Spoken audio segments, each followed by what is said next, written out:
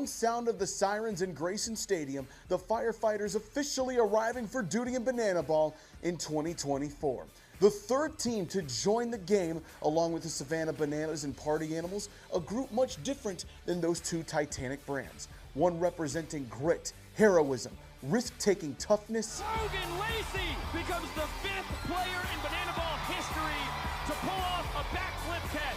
And honoring the heroes who run into the blaze across all of our communities. It means so much more than I could have ever thought. To everybody laying it all on the line, couldn't be more blessed. Firefighters of the night are welcomed alongside Parker Nolan, Val Perez by Zach Watson. It represents hard work, it represents discipline. Honor those people by how hard you play. Do not take that for granted. Led by Val Perez, a 10-year firefighter in Corpus Christi, Texas, and longtime Bananas and Christian Dearman and Dakota McFadden.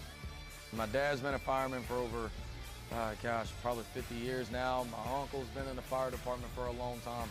Never give in, doesn't matter what the situation is. And you know these guys never back down. They're coming to save everyone that they can. Being the son of a firefighter, being the nephew of a firefighter, and being a friend of so many different firefighters, it feels like this was meant for me. Fighting the flames for 19 games in 2024, a year of history for the Firefighters. Dakota McFadden, the first home run in the history of the Firefighters franchise. Under the leg to Brito at second. A trick play, and the first win in Firefighters history.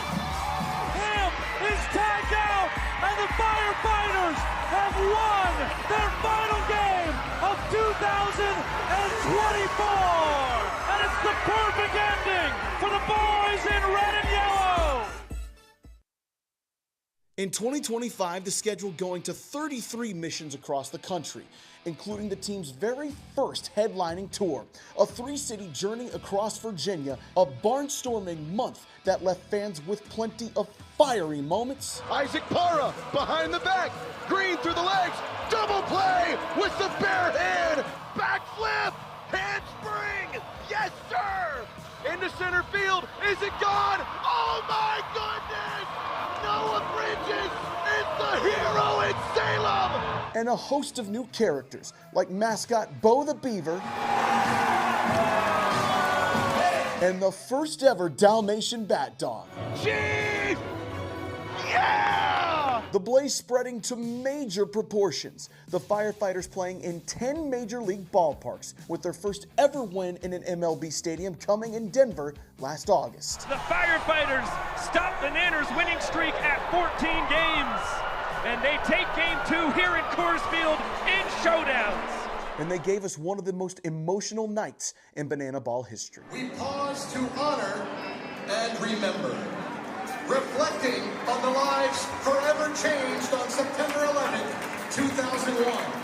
And tonight, we honored both the lives that were lost and the lives that were saved because of the selfless actions of first responders.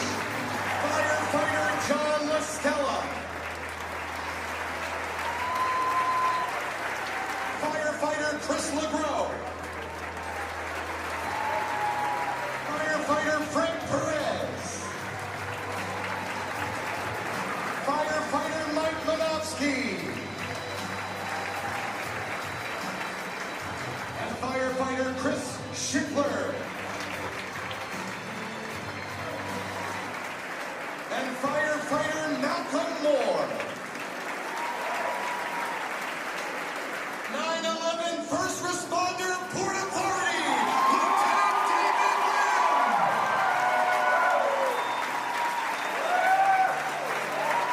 And 9/11 first responder Lieutenant Eric Lahara. And 9/11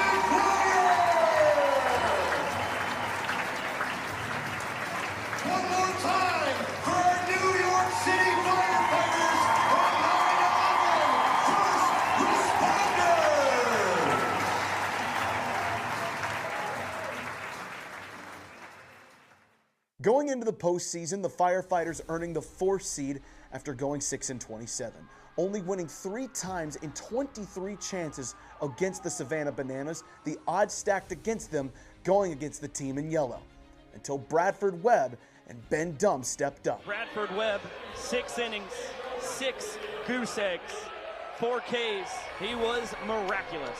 Ben Dumb, the third, fired up as he dribbles this one over to first. Stephen Colin will take it behind his back into the bag, and the Firefighters win game 1. Ben Dumb, a 9-out save. A 1-0 win in Game 1 of the semifinals, giving the Firefighters just as good a chance as anybody else. But they dropped Game 2 by 1 point, leading to a winner-take-all showdowns in Grayson Stadium. Dalton Cornett getting his chance to shine and creating a moment that will last in Banana Ball history. That ball demolished, deep out to right, gone! Dalton Cornett sends the Firefighters to the 2025 Banana Ball Tour Championship Final. I don't even have words right now. This is like the greatest moment of baseball history. From 4th seed to the championship game, the Firefighters becoming the ultimate Cinderella story in Banana Land. The Fire and Flames picking right up where they left off in 2026, with longtime Bananas Eric Jones Jr., Jared Donaldson, and Zach Phillips officially aboard. The team picked up its first ever sweep in Banana Ball over the Loco Beach Coconuts in Little Rock, Arkansas. Launched an historic offensive performance in Montgomery, Alabama, scoring 22 runs in 1 game to beat the Indianapolis Clowns 4-2. Then swept the Party Animals for the first time ever in Albuquerque, highlighted by an incredible 2 rounds of showdowns in Game 2. The Firefighters are the 2 seed in the Banana Ball Open. Honestly, I've kind of done it so much now, I'm pretty confident in myself on that.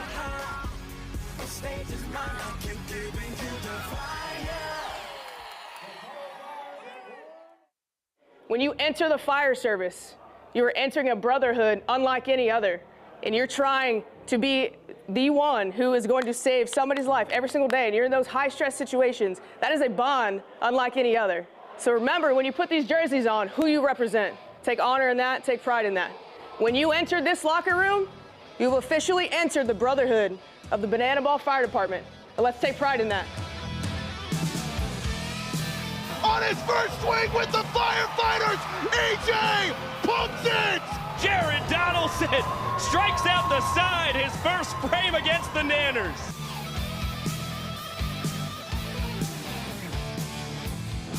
Noah Bridges is timeless! We have a good offense. Yeah. Tiny with the big shot! Darian McDowell! Look at there. Oh my goodness. We're the hardest team in sports, baby. Let's go!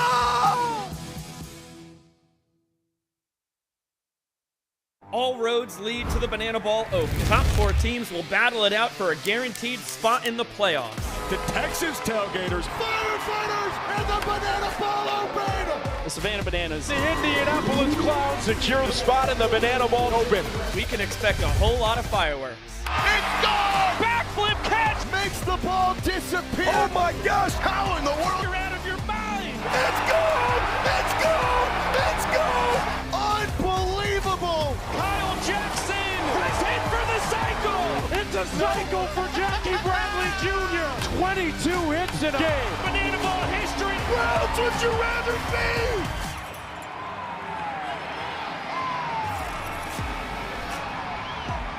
Night 1 of the Banana Ball Open saw the namesake of the sport punch their ticket to a date with destiny. Tonight, we find out who they dine with this weekend for that automatic playoff spot. The middle children of the sport, the Firefighters and the Texas Tailgaters, meeting for the first time on the turf of historic Grayson Stadium in front of a sold-out crowd for Game 2 of the Banana Ball Open, presented by Geico. 6 meetings between this duo, they're 3-3. The 7th matchup with all the stakes. Who will play the Savannah Bananas for that inaugural Open crown? It's the Firefighters. It's the Texas Tailgaters, live and in living color right here in the home city. of Banana Ball. And with that, welcome up inside the Dispatch Center here at historic Grayson Stadium. That is the hottest cowboy in all of Banana Land, Brett Loftus. And yes, I do say that because of his looks. I'm Zach Staten. Brett, what an opportunity for both of these teams. You win, you get to dance with the Savannah Bananas this weekend for an opportunity to go to the big ball in October. Something like you've never seen before. I mean, really, 11 games in, 50 more regular season games to go, and we said, hey, let's make an in-season tournament where you have an opportunity to clinch a playoff spot in April. Absolutely insane. But either the Firefighters or the Tailgaters are going to have a tough task against that team in yellow. Yes, they are. It was the old versus the new in Banana Ball. The Savannah Bananas against the Indianapolis Clowns, who got a little help from their firefighter friends a couple of weekends ago. They did not get any help from Robert Anthony Cruz. That jobber has been insane. Home run at UNC to tie a ball game on Saturday night. He makes it 1-0 in the second. Dan Oberst, long ball do the job, but so will the short game. Out at first doesn't matter. Danny Hosley scores. It's 2-0. Bobby Leday scores the only run of the night for the Indianapolis Clowns with a yah in the top of the fourth inning. Been absolutely incredible, has that rookie from Louisiana. However, the captain, Bill Roy, fly ball, left field. Cowboy Joe cannot find it. 1 run comes home to score. 2 runs come home to score. And the Savannah Bananas take a 3-0 lead to conclude matters in the fourth. Jalen Vasquez, he's shown off some pop this year, sends it to center field. Where's D.R. Meadows? The doc. No, it's Reese Alexiadis, Mr. Two-Piece himself. Then Reese gets it done with the stick as well. Sprays one in the left center field and drives home yet another run and another point for the Savannah Bananas, taking a 4-0 lead. JBJ couldn't catch up to that one on the mic, but guess what? He'll get another opportunity off the backs of Max Young Goldberg. This is sick. He just makes it look so simple, the former World Series champion with the Boston Red Sox, but the man that shuts it all down for the Bananas. Danny Hosley, see you later, Bobby Leday. Danny Hosley, see you later, Nico Holsizer. Then with 2 on, maybe a chance for the Clowns? Nope.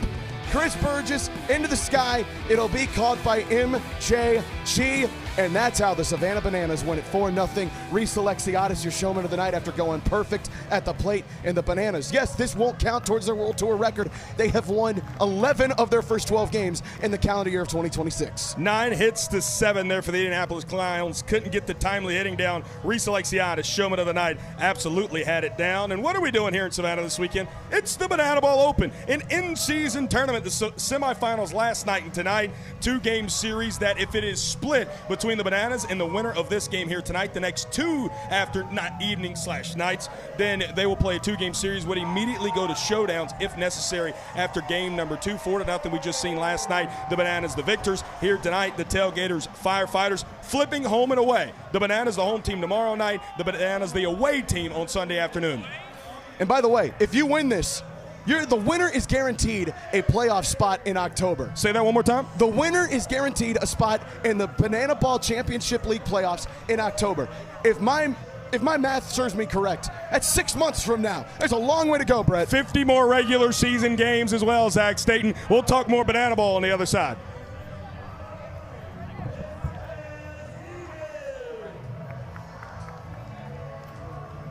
They've got the looks and strength.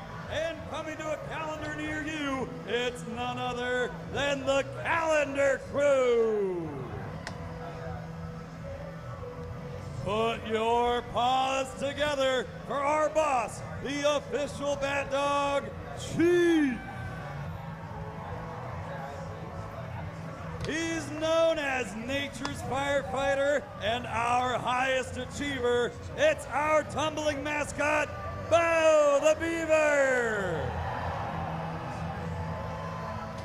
And finally, the Firefighters lead singer, Sam Tenez. Fans, give it up one more time for the cast of your 2026 Firefighters.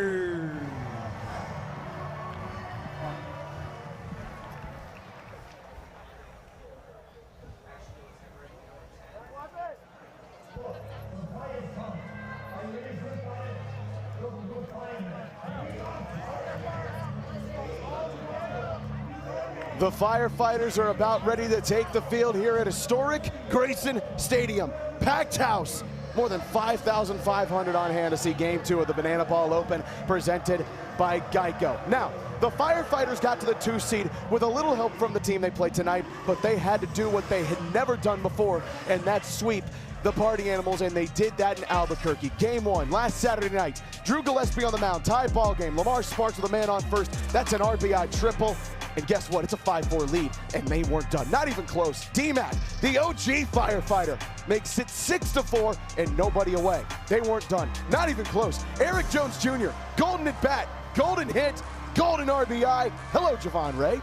Pitcher, designated running. That's beautiful. And then Dalton Cornett. Let's just make sure Drew Gillespie never forgets what happened here.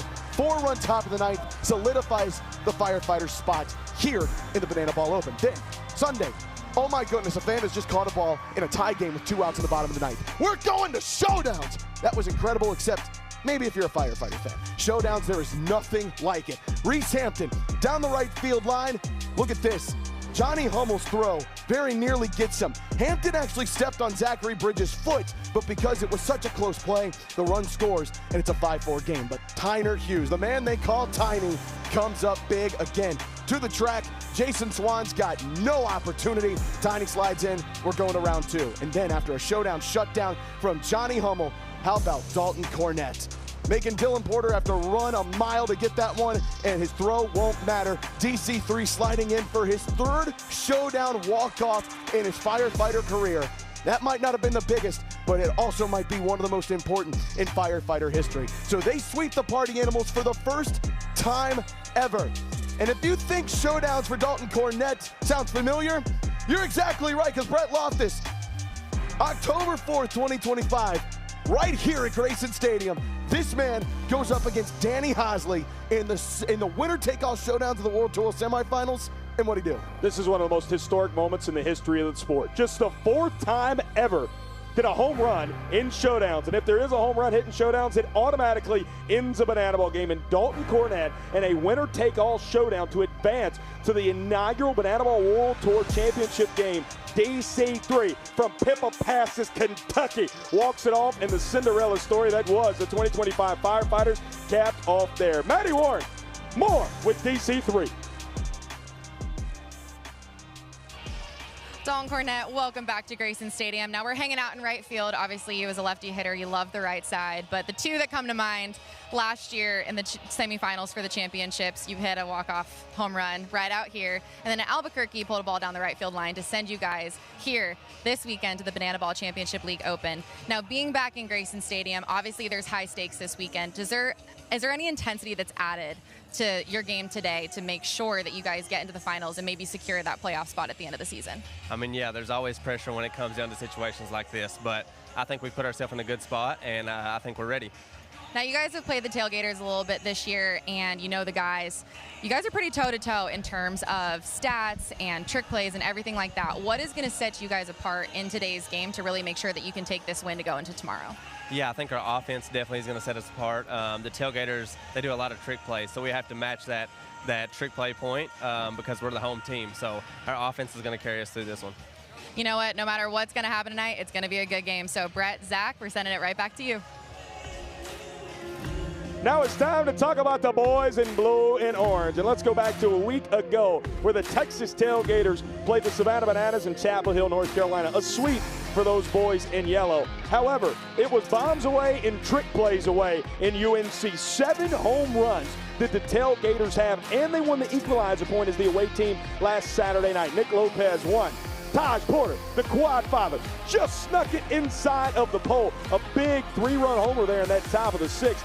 That we thought at the time would project the Tailgaters right into the driver's seat with a win to clinch the 2 seed here in the Banana Ball Open. Kmart goes dead center field. It's a 5-2 ball game. Ended up being a 6-5 Bananas win to conclude matters in showdowns. After Kmart run right into the A-gap, we're going to run right into Sunday afternoon. No, excuse me, we're going to run right into a 4-South. Jordan Hussein throws it to Taj Porter. Perhaps the trick play of the weekend. So good, we got to show it to you twice. I mean, this was incredible. Knowing that they needed another trick play, and Taj Porter with the split. They call him the Quad Father for a reason, ladies and gentlemen. Now we'll sprint in to Sunday afternoon, where Jonathan Sunshine looters a little foot volley bucket there in the third inning of action, right behind his ace, Chris Clark. And then Kmart, 3 home runs on the weekend. This was 2 of 3 going to right center field, trying to win that 7th inning, unfortunately not able to do so. And then Jose Brother Gonzalez capped it off, 5-4 loss last Sunday afternoon. Brother and Kyle Martin, the league leaders in home runs. So far this season for the Tailgaters, it's been a feast or it's been a famine, Zach Staten. I mean, you look at these top 3 stats, absolutely incredible. Lead the league in home runs, lead the league in trick plays, team ERA, second. But this team has struck out more than anybody else at the dish this year. Batting average, 270. You see it, it's worse than anybody else in a league where 294 is the league batting average, 270 is the worst, and then stolen bases. They're just not running right now. Jacob Pippersick out tonight, the designated runner. Trey Jones, or designated runner, decided at the beginning of the year, also out. That's a big reason because of it. But with our superstar, one of our very best hitters in the sport, Michael Schwartz catches up with Kyle Martin.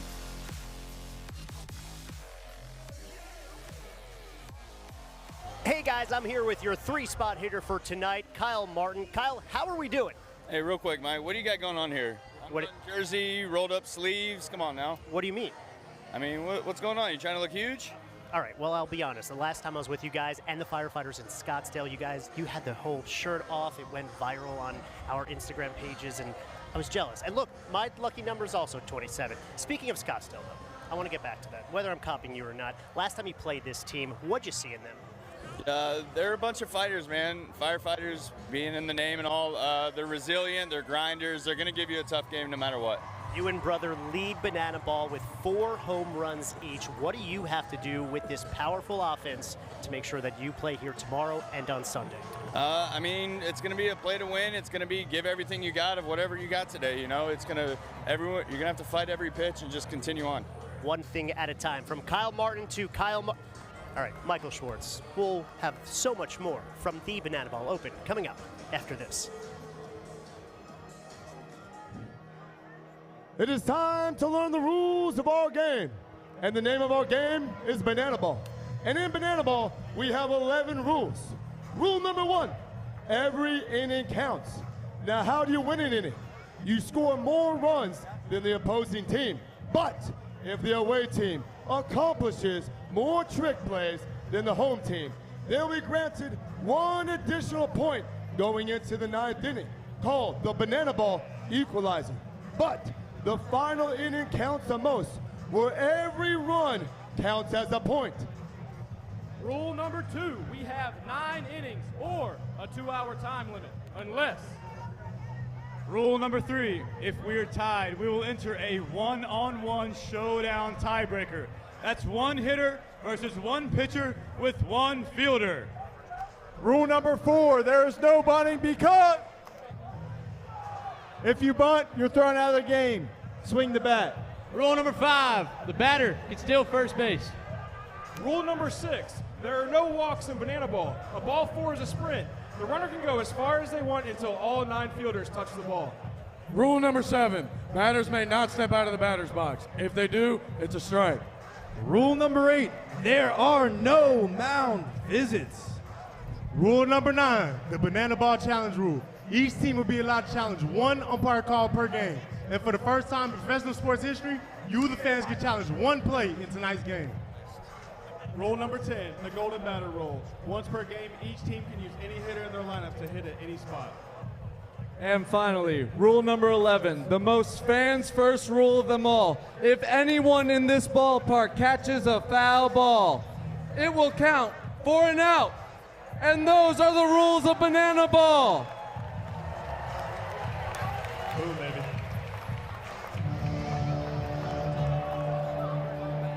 Fans, now coming to the plate.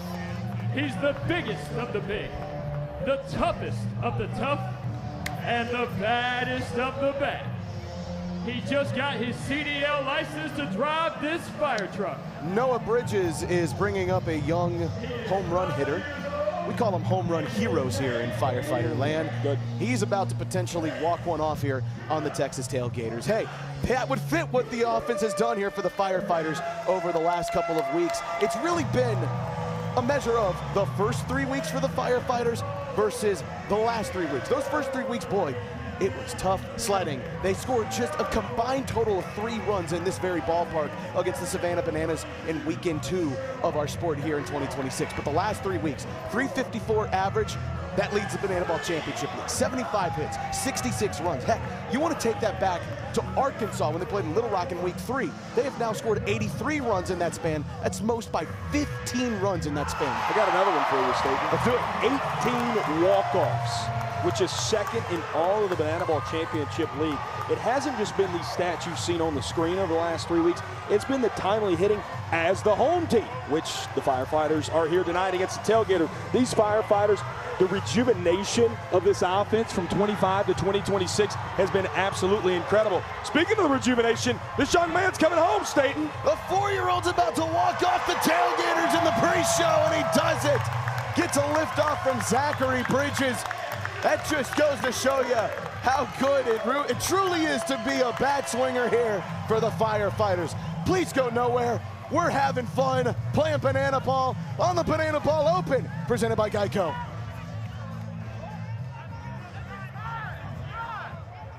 Savannah, Georgia, the cast is ready. The players are ready. But I'm gonna need you to help me welcome, for you guys are the fans to need to get ready. So everybody on your feet. Now with everybody on your feet, please help me welcome 6-year-old Lucy.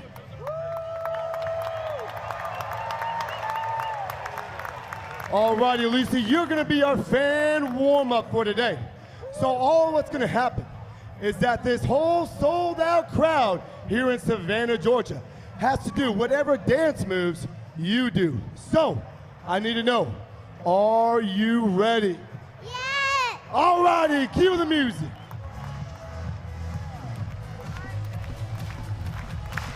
And we're clapping, y'all. Swing those hands, everybody. Pulp Fiction, how does she know this? Hey, we're at the disco now, y'all. Oh, jumping jacks. Scuba.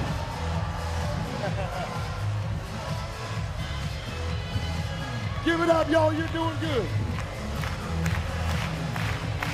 Savannah, Georgia. Give it up for 6-year-old Lucy.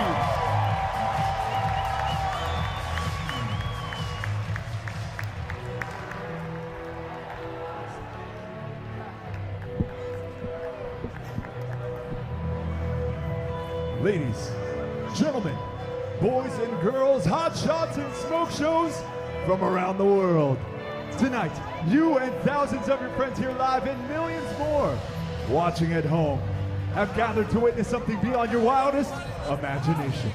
From sparks to sirens, from the station to the stadium, firefighters from across the globe have come together to witness this. This is not baseball. This is the crucible where the toughest, hottest, and most entertaining players are forged. This is a game of the fans, by the fans, and for the fans. But this is not your granddad's pastime, no, and this is not any other night at the firehouse. This game is baseball by birth, fruit by name, and an absolute worldwide phenomenon by the grace of God. But make no mistake, when the heat gets too intense, we don't cool off. We run towards the flames. This is the time for all 5,000 fans in attendance here at historic Grayson Stadium to get on your feet and give me your voices. Because this is the hottest show in sports. Ladies and gentlemen, this is Banana Ball! And now the starting lineup for your Firefighters. Leading up at second base, number 55, Tyner Tiny Hughes. Batting second, the extra hitter number 3, Dalton Cornett. In the 3-hole, manning the hot corner, number 11, Logan Showtime Lacey. Batting cleanup, behind the plate, number 4, Eric Jones. In the 5-hole, ranging center field, number 30, Armando Becerra. Batting sixth, the hot shot at shortstop, number 2, Caden Peanut Green. In the 7th slot, the designated hitter, number 0, Lamar Sparks. In the 8-hole, ranging right field, number 24, Dakota D-Mac McFadden. Batting ninth, at first base, number 7, Mason Maxwell.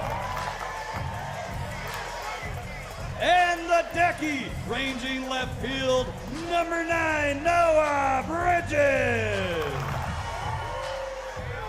And tonight's fireballer starting on the mound, number 21, Jared Donaldson.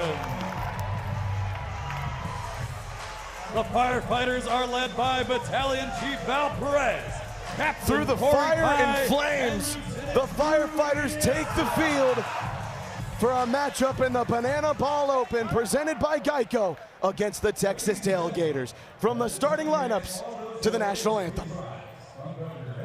And turn toward the flag with your right hand over your heart for this evening's performance of our national anthem. Performing this evening, please welcome Roxy Lane with her rendition of the Star Spangled Banner.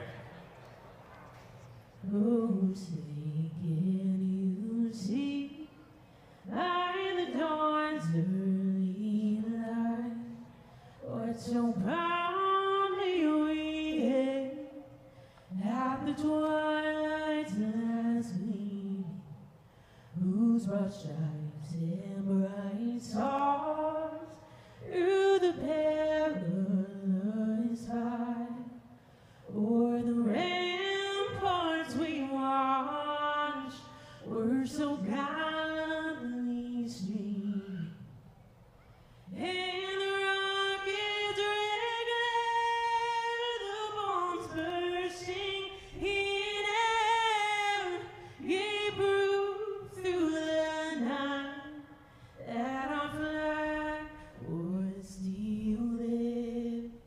Oh, say does that star-spangled banner yet wave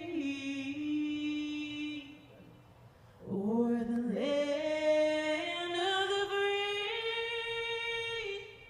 and the home of the brave. Thank you very much, Roxy Lane.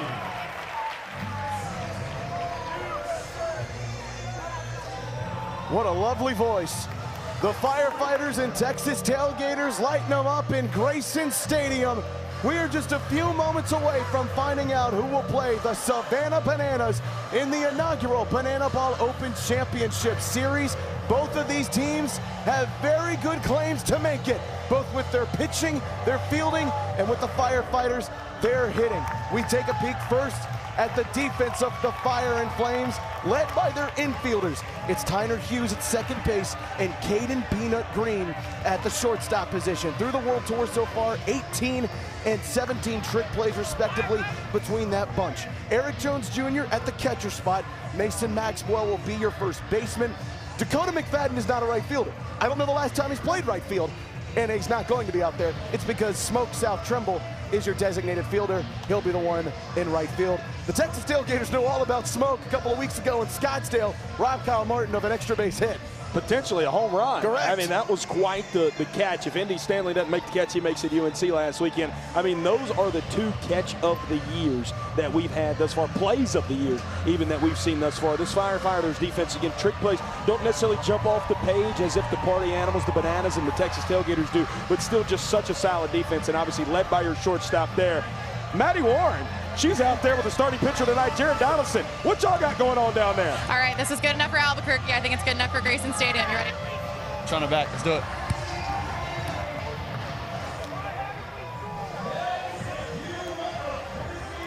My goodness, Maddie. Maddie, come on. Oh, there yeah. it is.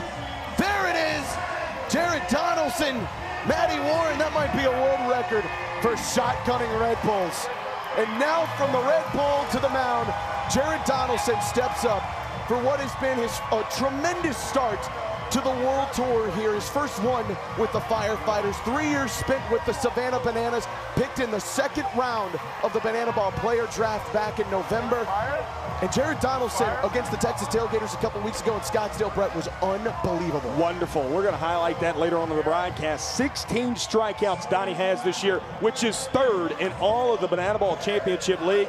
But quite the offense he has to go up and face here tonight against the Texas Tailgaters. And it's odd. It's still good. They're still going to boom, but we haven't seen this offense yet. It's Nick Lopez hitting leadoff, the first time he's ever done that in his Banana Ball career. Jose Brother Gonzalez in the 2-hole. Kyle Martin, your best hitter, hitting in the 3-hole, and then Taj Porter hitting down there in the 5-hole. Kaz Egan standing next to a bell. He's got something to tell us down below. Ladies and gentlemen, you have waited long enough for the hottest show in sports. It's about time we start our 2-hour Banana Ball time limit. But first, please help me welcome 3-year-old Letty. All right, Letty, here's what's going to happen. Myself and 5,000 people in attendance are going to yell, "Ring the bell" on the count of 3. And when we do, you are going to do just that. Savannah, Georgia, 1, 2, 3, ring the bell! Showtime! Bell's rung, the fire is started. Let's go! The Firefighters and Texas Tailgaters, Game 2 of the Banana Ball Open, presented by Geico. Nick Lopez, you just heard it from Brett Loftus, leading off. Very odd-looking lineup here for the Tailgaters because of how many injuries they've had.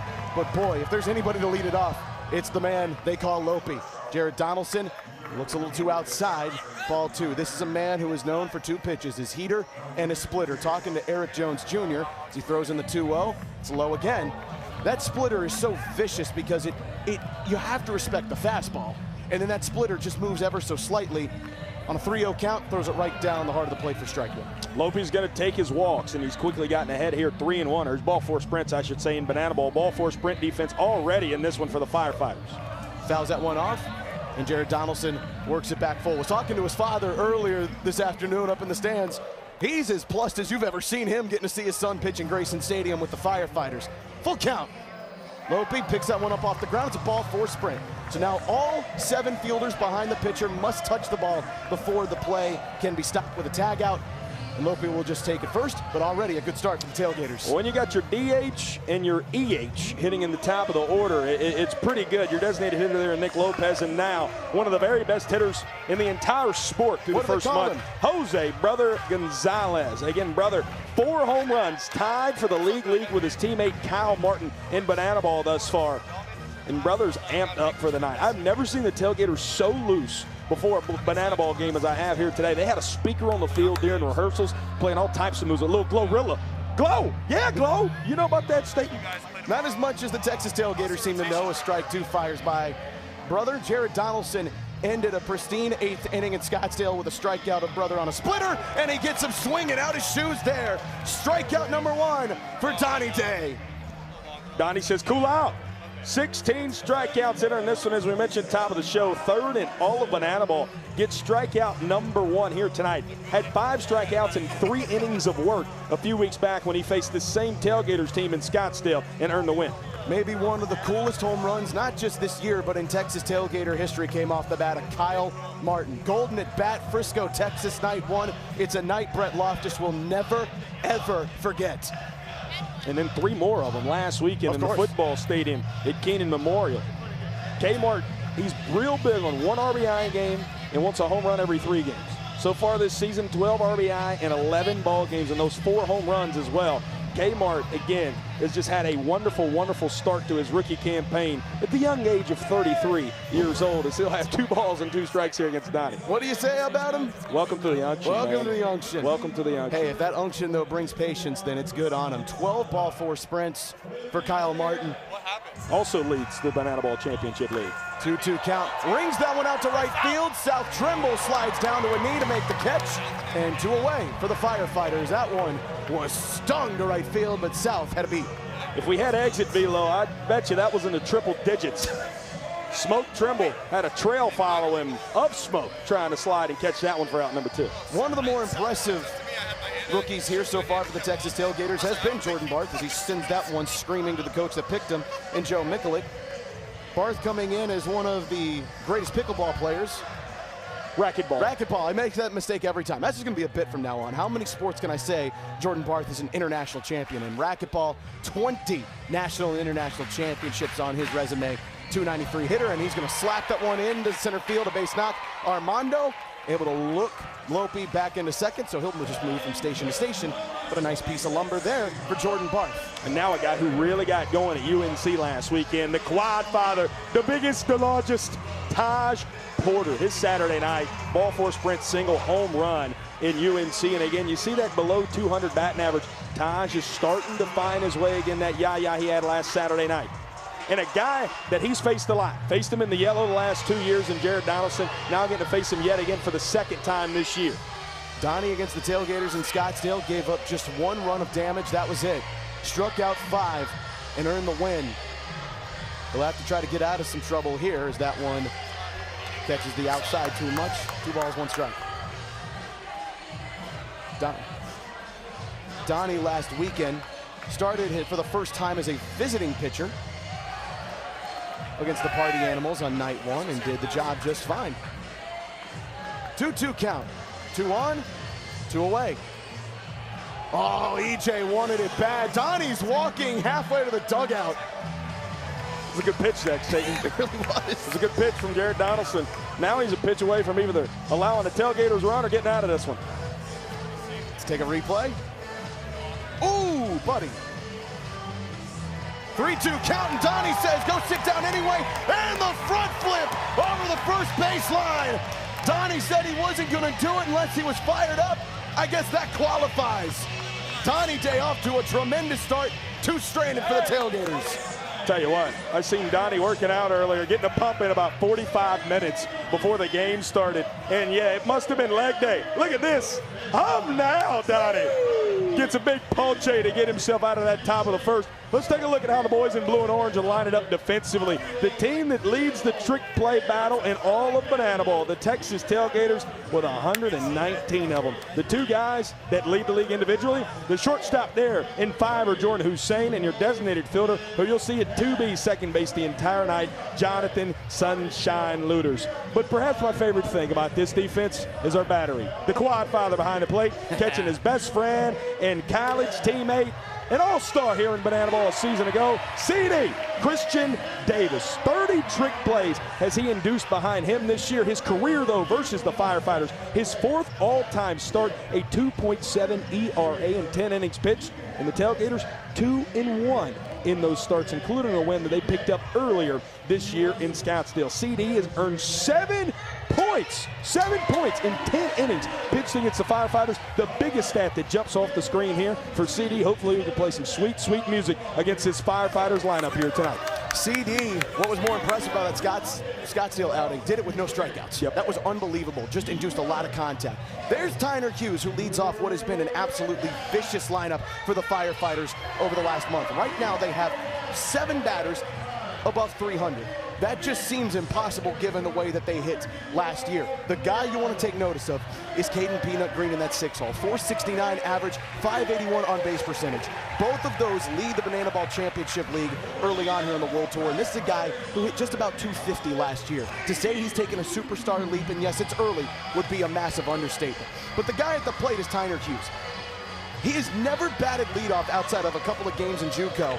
And look at that, first pitch swinging right through underneath Jordan Hussein and into left field for a base knock. That's why he's so impressive. He is unafraid to swing at the first pitch. Also worthy to note here, Zach, these teams haven't played on turf since the Secret Pill here in Savannah. That ball's going to get up on you there, as you've seen Jordan Hussein kind of rode that turf out to left field. This playing surface is going to be something to watch for these two teams tonight. Dalton Cornett deep to right field, it lands foul. Something about DC3 here at Grayson Stadium. Comes out spraying on the first pitch he sees here tonight.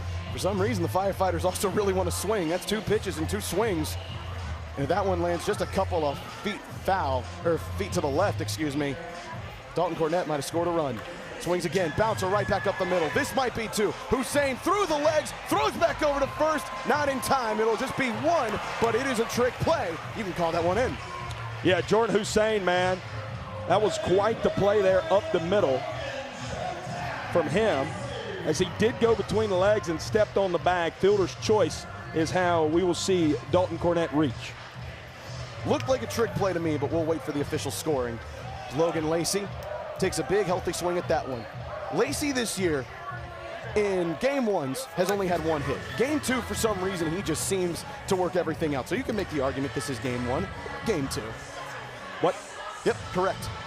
What I thought too. It is the first game of the weekend for the Firefighters. It's also potentially the last game. So who knows? Touche, my friend. Touche. You know what? But if they win, it's actually technically not the last game. So who knows? Logan Lacey, a 2-time All-Star. He's made 2 trips to Clemson and Auburn. He's been unbelievable for the Firefighters. Trending well above 70 hits in his Firefighter career. Grub. And he's up 3-1. Hello, Grub. Ball 4 sprint. So now again, all 7 fielders have to touch the banana ball before the runner can be stopped. And Lacey wants 2. No, he's put on the brakes at the absolute last second. Dalton Cornett is over to third. There are runners on the corners with just 1 away. And an interesting defensive outfield here tonight. Again, with the absence of Jacob Pippersick and Indiana Stanley here tonight, who are both on the property. Both okay. I just want to reiterate, just not playing in this ball game here tonight. Zach Watson in center field. In right field, Kyle Martin and Jason Arndt, my July, back out in the left. Mr. Jones and me sit around and tell each other fairy tales, including about the night that EJ hit his first home run with his Firefighters on the first swing. I said home run. Easy for me to say, and that's going to win it for the Firefighters. RBI single for their top pick in the Banana Ball player draft in November. And just like that, EJ chops it up with Drew Yanesta.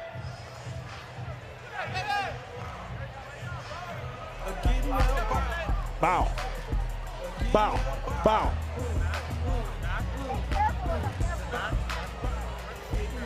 Bow. Bow.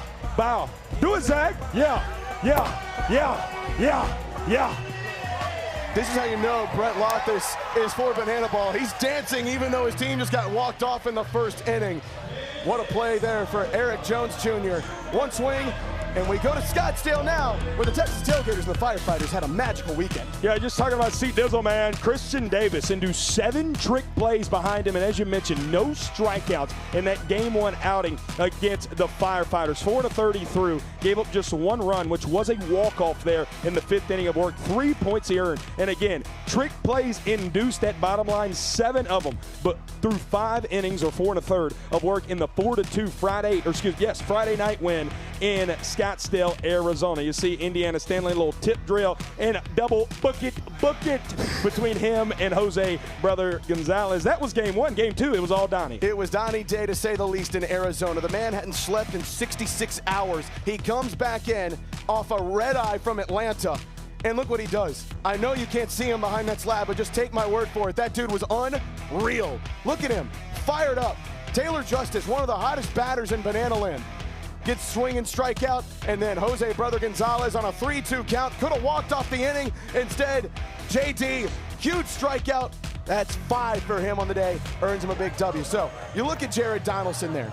That man absolutely has taken to becoming a flamethrower. The guy has been unreal for the Firefighters.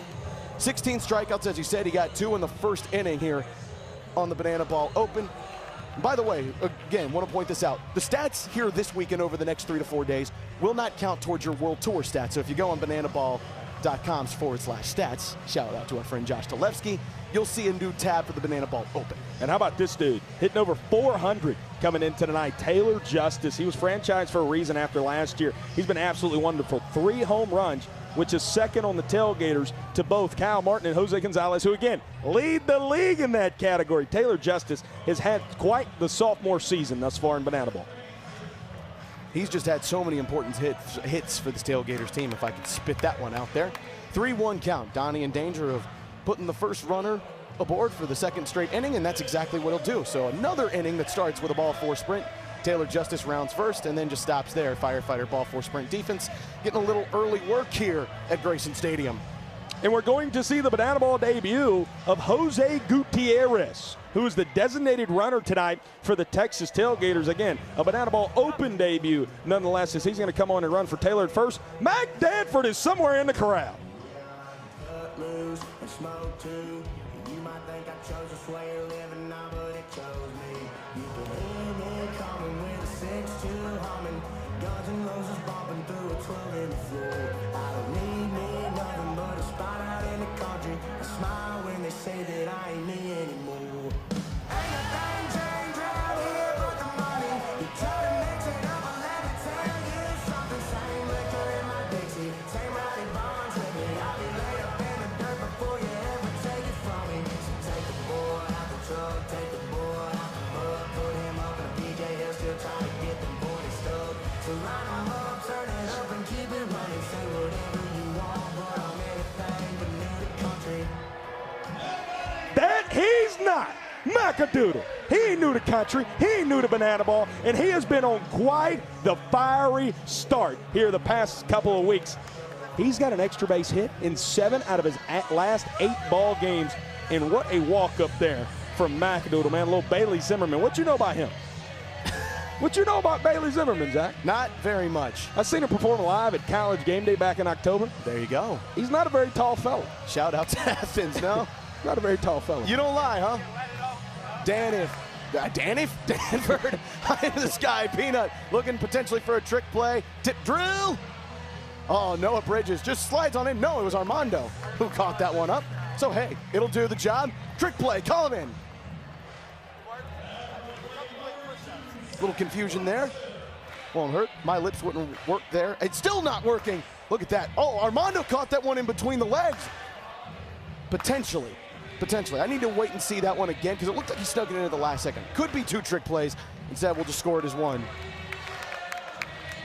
Zach Waddy-Woe Watson didn't have a ton of work in the beginning of this year before he had to go out because of an injury. One of the many Texas Tailgaters that had to take a stint on the injured list as he screams that one near Mick.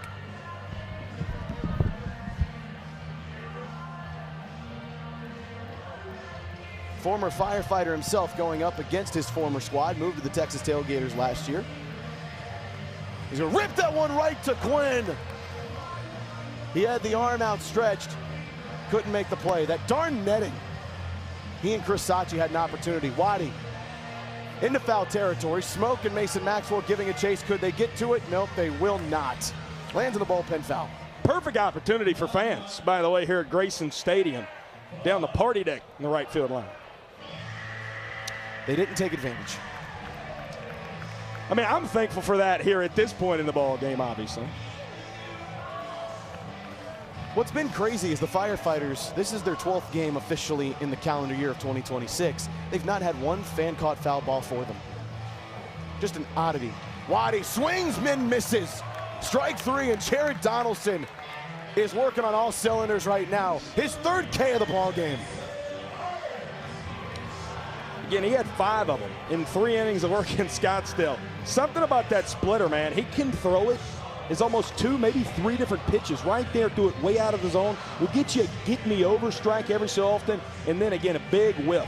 Can Donnie get as well? Donnie, 31% of his pitches have been whiffs so far this season, which rank in the top 10 of all Banana Ball pitchers. Again, if you don't respect the heater, that splitter's going to fool you every time. This is my American Idol. That's correct, Travis Munoz, 100%. Sure. You were my July.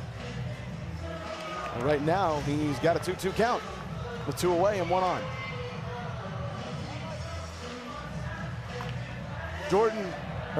Jason Arndt down the left field line. Here comes Gutierrez. Noah Bridges throwing in to Logan Lacey. Won't be in time. That's a stand-up double for Jason Arndt. And just like that, there are runners in scoring position at second and third, and 2 away.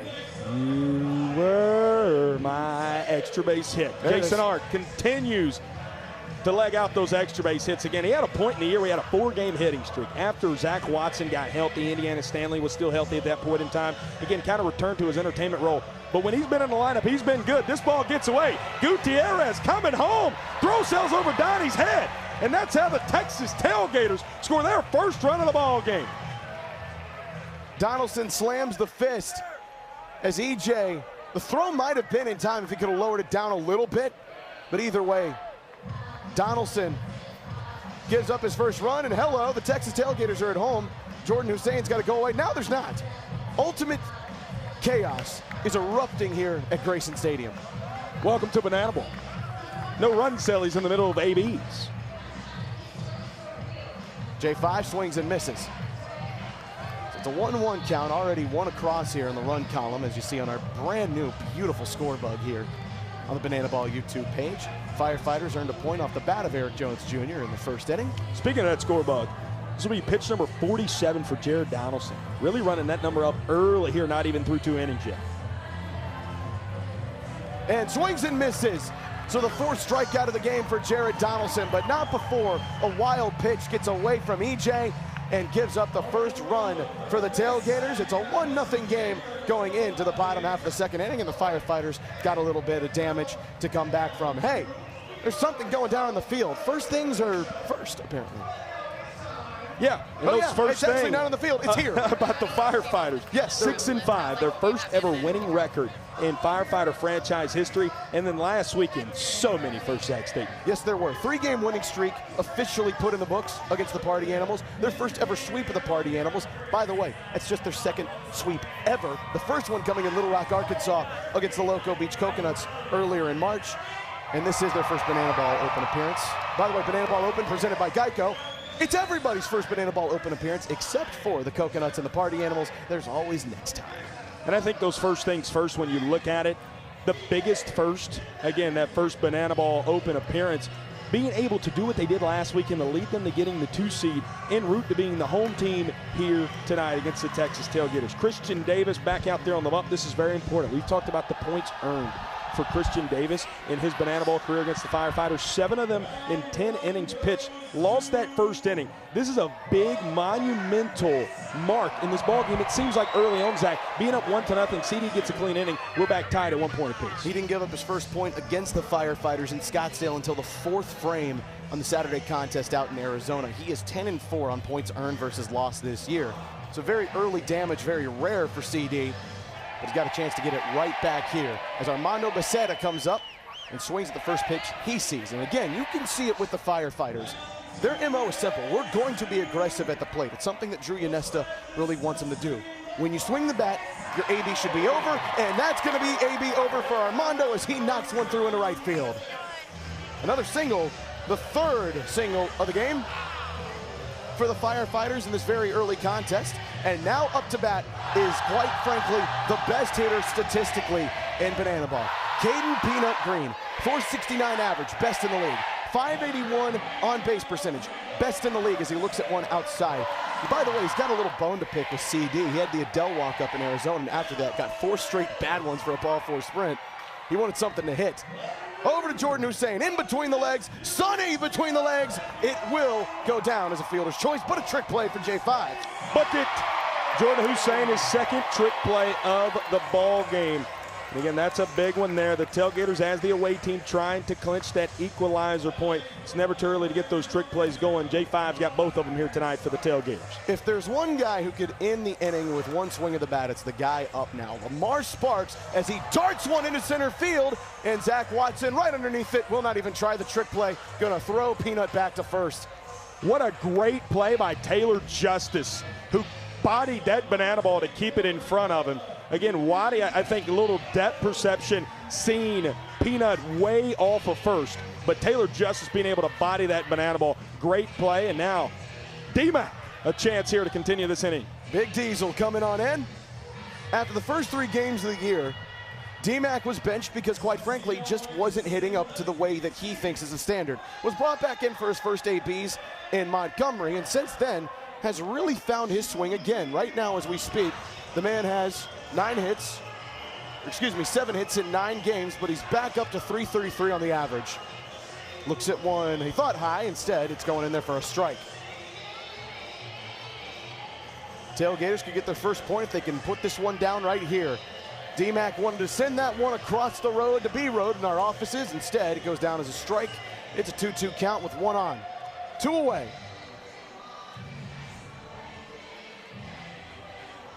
CD inside the backwards K goes. Play that sweet music. CD going out there, congratulated by Grubb. What is Grubb doing? He's running around. Grubb setting his feet. See it? What? Oh, Grubb! He just went flying across the screen. And he's so excited because the Texas Tailgaters have won their first point of the ball game, and we're knotted up at 1 apiece. And you know what I want to play? Guess that chest. Cannot see. Now we have 3 beautiful shirtless men, and she's going to have to determine which one is her husband by feeling their chests. Again, she is blindfolded. She's going to have to feel the chests of all 3 men and determine which one is her husband. All right, Dana, come up to chest number 1. Okay. All right. All right, chest number 2. Come on, come on. Dana, jeez. Dana. All right, chest number 2. Chest number 2. Oh, okay. All right, chest number 3 right there. Okay. Oh, wow. Her smile is big. Okay. Here, Dana. All right. Come right here. Now, Dana, you've been married 12 years. I'm sure you know. Which chest was your husband's? Absolutely number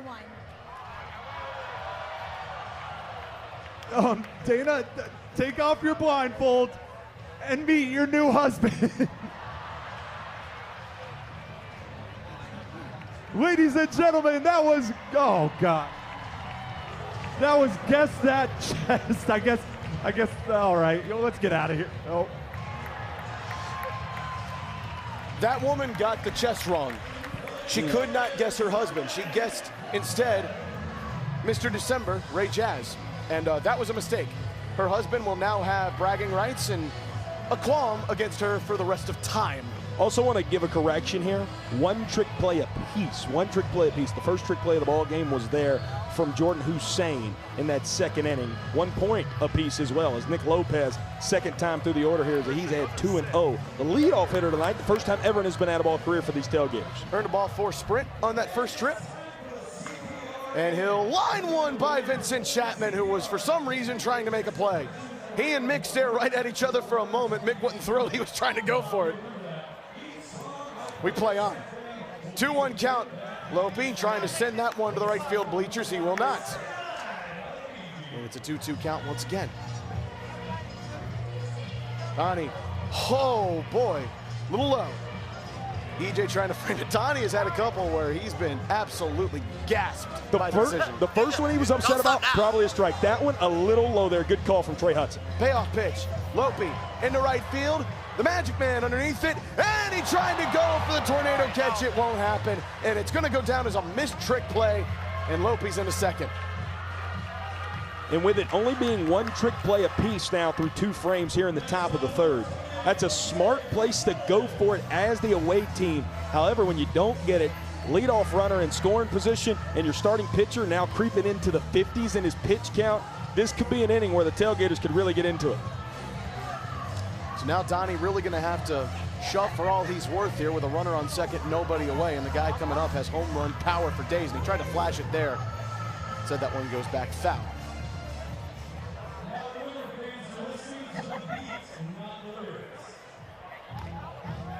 The offer, Vince Chapman, no he did not. 2-1. Donnie, a couple weeks ago when we played here at Grayson Stadium, he threw, I believe, 60 pitches. 44 of them were splitters. It was incredible. That's insane. I mean, that's a pitch that he's going to throw around 50, 60% of the time. It is his best pitch. And as we mentioned earlier, again, when it's that good, you can throw it 2 different ways. You're going to try to pound the zone. Right here, got to get a strike on 3-1. And he won't. Had a couple of words for Trey Hudson, still screaming at him as one run will come around from Nick Lopez, and Jose Brother Gonzalez gets an RBI ball 4 sprint, and the Tailgaters get another run. And they get it this time an actual run celebration. I've been waiting on this one.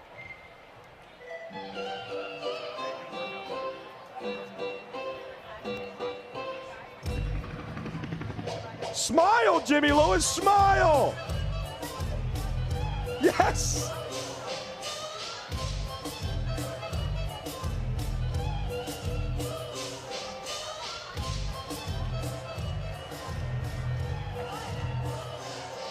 We've been waiting on that one for about 2 weeks. Hadn't had the opportunity to run it. Every time in rehearsals, I just get the biggest laugh. Home runs at UNC night 1 and 3 night 2. What are you talking about? Football action. You know, a little throat strap on the helmet, getting ready to roll. As now, speaking of home runs, Kyle Martin at the dish. Kmart smoked one out to South Trimble and right his first time up. He might get some PTSD every time South Trimble is underneath one of his ball here. Good. That one lined over to Tiny. Might only be a chance for 1. No, he's going to 2, and he will get the lead runner out. No trick play awarded, but it is the lead runner off the bags at second base. So Kmart is aboard with a fielder's choice. And that's the good play right there. Brother plus runner comparative to Kyle Martin, and you want to get the lead runner there, keep a guy out of scoring position to get the first out here in the top of the 3rd. Jordan Barth swinging out his shoes for strike 1. He's 1 of 1 tonight. That one is a single. JB still looking for his first home run in Banana Ball. Again, would not count toward his regular season stats here tonight, but he's been heating up as of late. It would sure count in the hearts and minds of Texas Tailgaters fans near and far. That's right, Zach Stevens. That's right, Uncle Phil. 1-2 count here in the Banana Ball Open, presented by Geico. 3rd inning, Barth right back up the middle, and it's going to get through for a base knock. Armando way far back. Going to throw for 3rd, but it's just going to be academic at that point. Kmart slides into 1st, and Barth will stick aboard on 1st, but that is a single.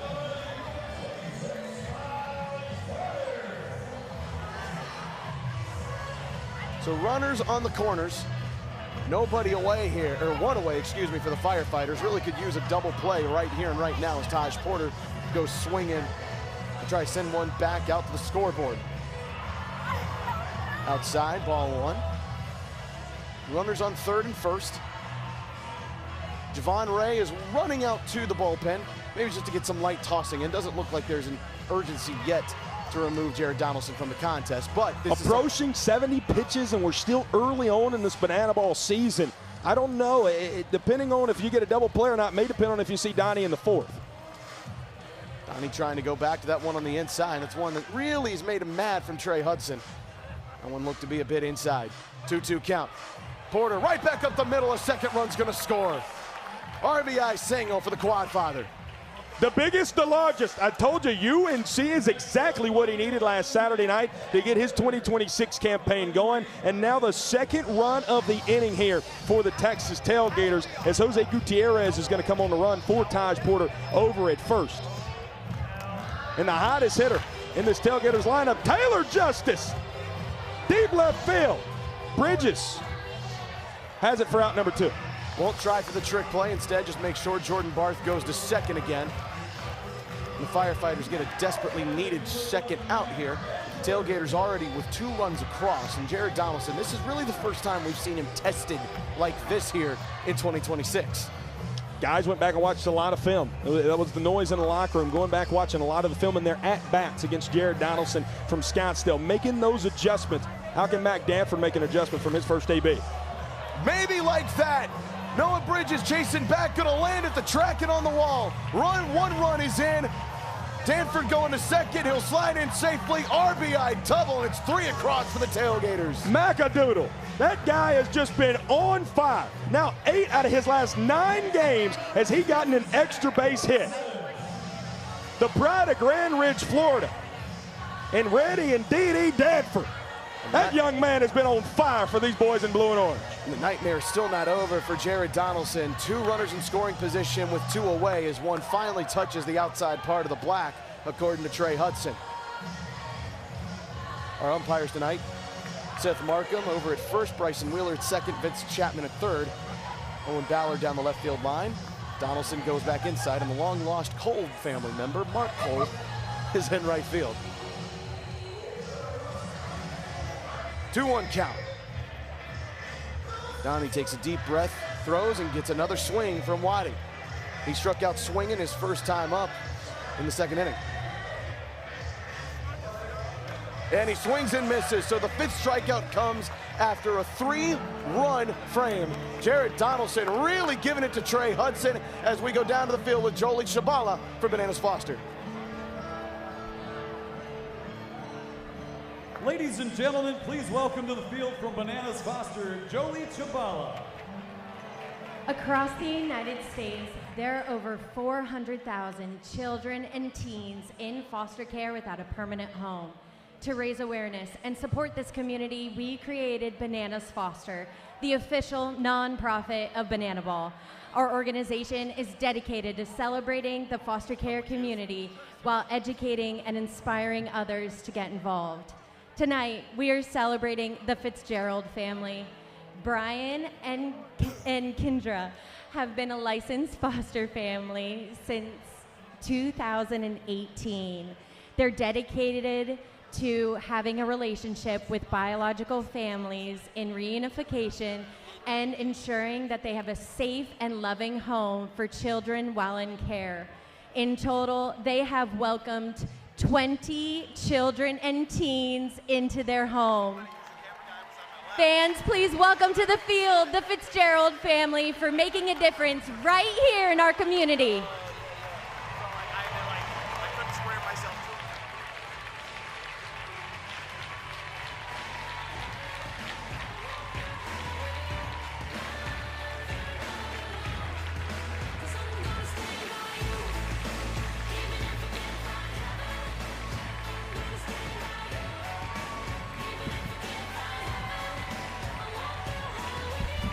This is cool, man.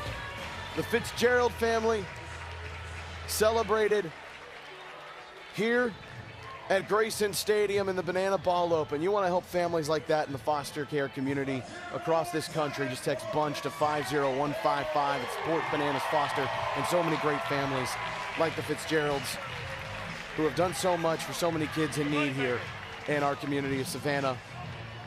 These foster families are the superheroes of our communities. And this continues to be one of the coolest things that you see in Banana Ball. Christian Davis is out on the mound. He's got 3 runs to protect himself here in the bottom half of the third. This is the one thing that both the Firefighters and Texas Tailgaters really avoided last time they met in Scottsdale. Wasn't a ton going on with the blowout innings, but now the Texas Tailgaters have one. Sonny, how we doing, brother? Oh, Brett Loftus, it's so good to hear your voice, huh, man? So good. So good to hear you. 3 runs there in the top of the third. Yeah. Trick play battle, though. 1-1. What you got in store for us here in the home half of the third? Hey, so this is where the Tailgaters get going. I mean, we take after Jordan Hussein. He's an awesome presence in the locker room, encouraging all of us to trick plays, even in tough situations, including the 9th inning last week. And it's just about all, like, the equalizer point matters, especially when the visiting team is us tonight. So we're ripping as much as we can. What you got here on this? You guys can read the screen. I am very superstitious about telling guys their stats. Woo! Tell Fiverr I said hey. Hey, Brett says hi. I'm in the mic. He says hi. Hey, Fiverr. Love you. Sunshine, you've had quite the year in the trick play battle. Again, I'm not going to tell you your stat. Okay. I don't do that. But if you go to bananaball.com/stats, you'll be able to see it. What has been the driving force for that for you as our primary designated fielder in 2026? Yeah, it just comes down to opportunities. I mean, I've had a lot of opportunities to do tricks, and whether it's in the air or on the ground, and I try and take advantage of those as much as I can. Playing behind this guy doesn't hurt. 30 trick plays induced coming into this one. Christian Davis, guy you played a lot behind last year. Why does he give you so many opportunities to do trick plays? He's been awesome in the zone so much, and a lot of his stuff moves, and that creates some disadvantages for the hitter when he comes putting the ball in the play, and they miss-hit it, and then that means trick plays are on the ground. I think you got one right here coming at you. Oh. The fans have one, potentially. Come on now. Oh, we wouldn't mind a fan nobody there. I wouldn't mind that. Over there at ABR. Sonny, yeah. Pink wheels today for the unicycle. Why pink? It's all they had on the dash. When I was in Chapel Hill, I needed more poster board and I like a bright color that stands out, and that's all I had on DoorDash. Attaboy. CD playing that sweet music. Out number 1 here in the bottom of the third. We're going to take a pause as we welcome the firefighter of the night. Ladies and gentlemen, next up for the Firefighters is Noah Bridges. Escorting him to the plate is our firefighter of the night, Captain Trevor Jaha. His career highlights include co-leading our Camp Hero for Young Men, performing life-saving CPR on an airplane. He's been named Firefighter of the Year, City Employee of the Year, and in total, Trevor has served your community at the Savannah Fire Department for 13 years. Fans, please make some noise for our Firefighter of the Night, Captain Trevor Jaha. This is what makes firefighter games so different. To be able to honor someone who has served the communities wherever we go. 13 years of service for Trevor Jaha. Salute to you, Captain. Sonny, that's always a cool moment. Anytime we get to play the firefighters. But kind of peel the curtain back a little bit there. First question, you're playing literally in right field. Why? So Noah Bridges, in my experience, has hit balls over here, more hit balls over here, and I don't want to jinx that, but hey, what you got here, Sonny? Between the legs! Oh, TJ, close. I love it, though. I love it. Man, Noah ran to the wall. He probably should have been concentrating on going to second. I love it. I love it. They tried for it. Yeah. To this trick play. Noah Bridges will land it first. Sunshine, I gotta ask, why don't you do this thing on a unicycle on the field, man? What's that? I thought you was a real guy. Why don't you do this on the unicycle out in the field? I'd be a little less immobile on the unicycle during the field. I know, that's what I'm trying to get here.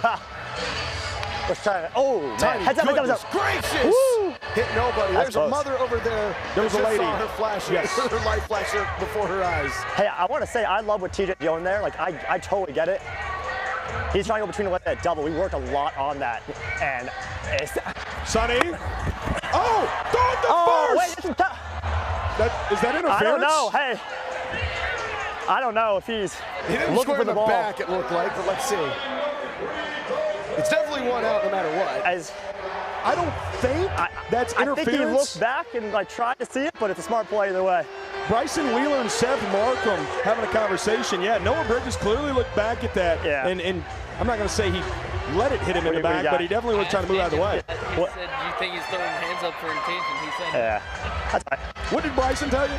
He said, "Did you think he's throwing up the hands for intention?" He said, "No, he's not doing it for intention." But I think he's a smart player, and he definitely knows what he's doing. Noah's very smart. Hey, Karma's right here. Ground ball to me. He's also dreamy.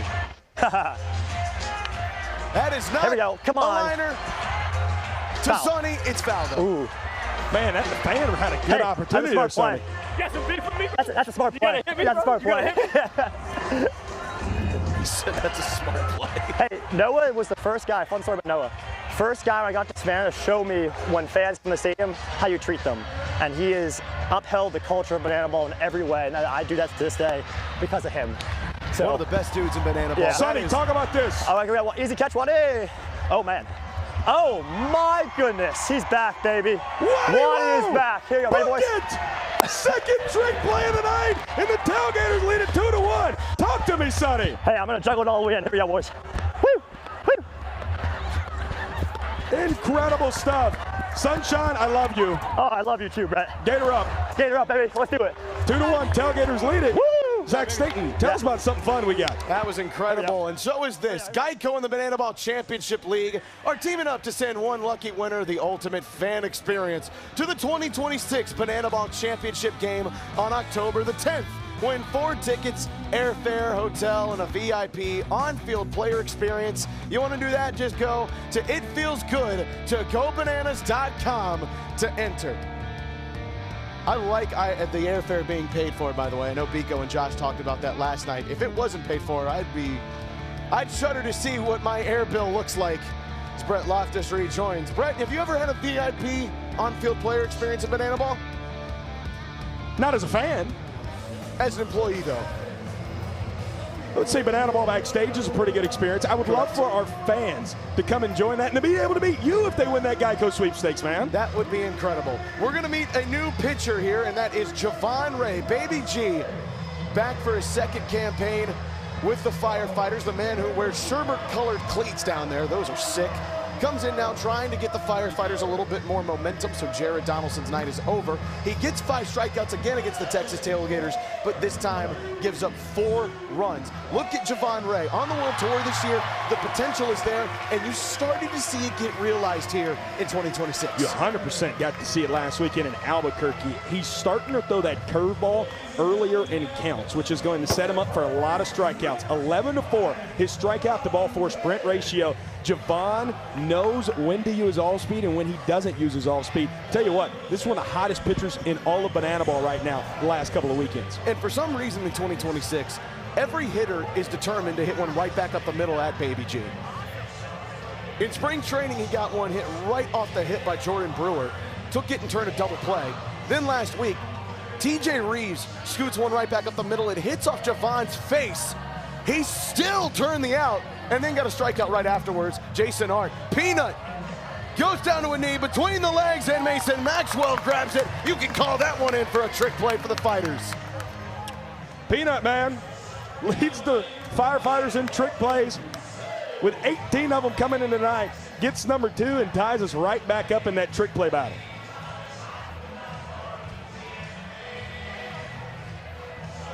So right back up is J5. Guy in Scottsdale got his 100th career trick play, and he swings that one right into the dirt. EJ catches up to it. It'll be interesting to see here if the Firefighters ever decide to go with a different catcher here. Most of these guys who were with the Firefighters last year are good with EJ catching. Sometimes they do like Zachary Bridges as well. But EJ's a veteran of the sport, so he'll likely remain as that one goes inside. You can start to see the mover there for Javon. We talked about that curveball. J5 works it back up 2-2. Lines it right over to Mason Maxwell. Oh, between the legs. That was a doozy. A trick play, and now tied back up in the trick play column. As a beauty. No, I beg your pardon. It is 3-2. Firefighters leading it. It's a big one right there.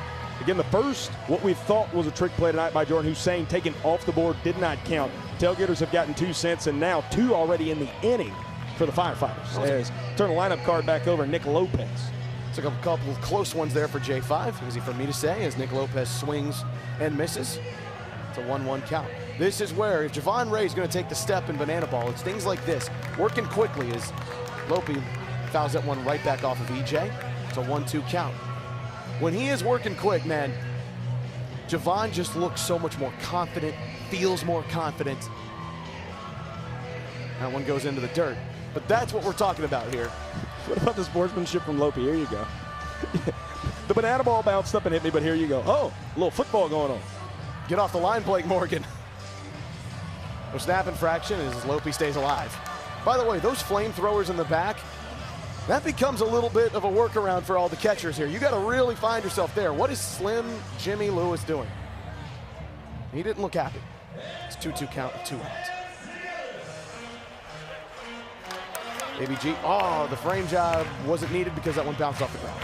Seeing the bottom half of the zone not being eliminated, but not being given as generously to both sides. Ball 4 sprint.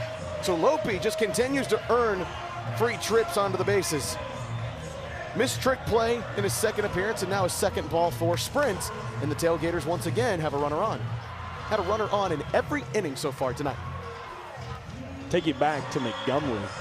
2-out rallies in that series against Javon Ray. There were a couple innings. He would get to 2 outs. He had 4 combined unearned runs in that outing in 2 innings pitched because of when he got to 2 outings, a couple of rallies there. Right here, again, these runs would be earned thus far, but let's see what Jose Brother Gonzalez can do. A lot of missed trick plays in that series for Baby G, or against him.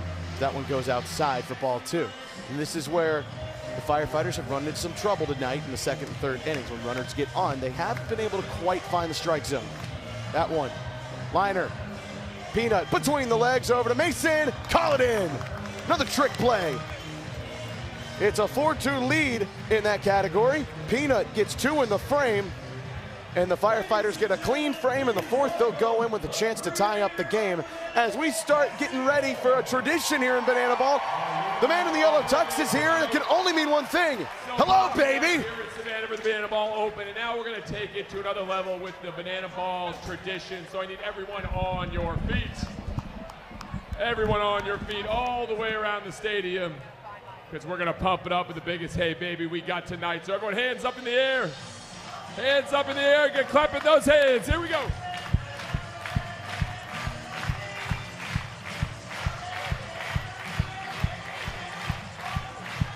Get those arms waving. Here we go.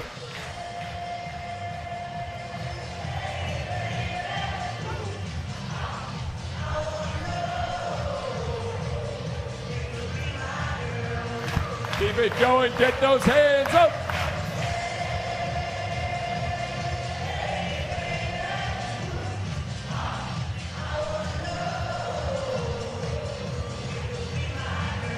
Now keep it clapping as we shuffle.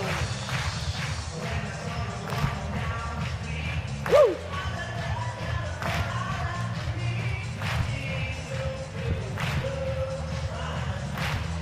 Now let me hear you sing it.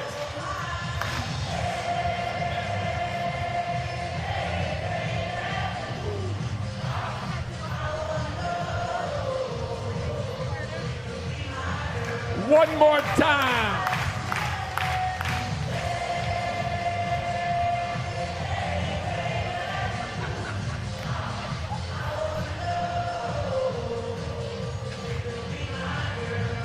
You guys are amazing. Give yourselves a round of applause.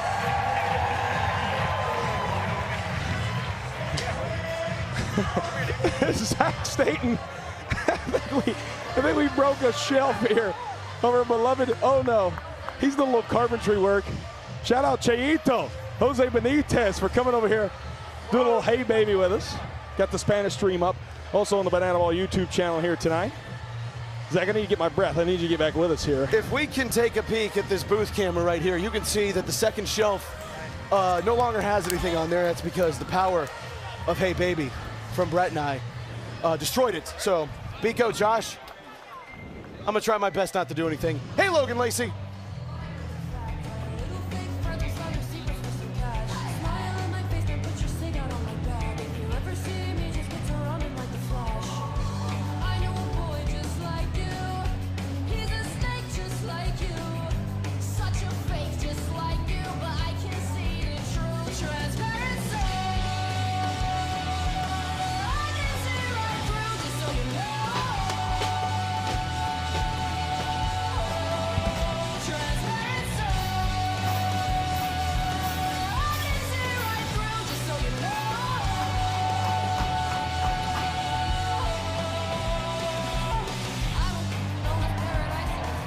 Well, that was sweet. Logan Lacey's just a couple of neck tattoos away from being the new Travis Barker here in Banana Ball. I would love for Brian Trepanier to be my Uber driver one night. That's what I would like. He drove quite safely there. It was good. Logan Lacey banging on the drum all day, and now he comes up, faces a 1-0 count on Christian Davis. BK's going to drive clear out of the stadium here down the first base side. Bradford, man. Bradford playing shotgun here. Lacey swings and misses. It's a 2-1 count. He might have just swung there at ball 3. Lacey's been really good at drawing some ball 4 sprints. Right there, not as much, and that one goes inside, but Trey Hudson says it's good enough for strike 2. Mark Smith has hopped on the back of this Gator here. Animals not in this tournament, but they are here at Grayson Stadium. I was about to say, like, most of the teams are here. You'll see a couple of them over in the center field wall. They're watching from the locker room. Full count. Lacey swings and misses. CD, put him down. Talked about CD, that first outing he had against these Firefighters. No strikeouts. Here tonight, 3 ponches thus far. And that's a big one right there.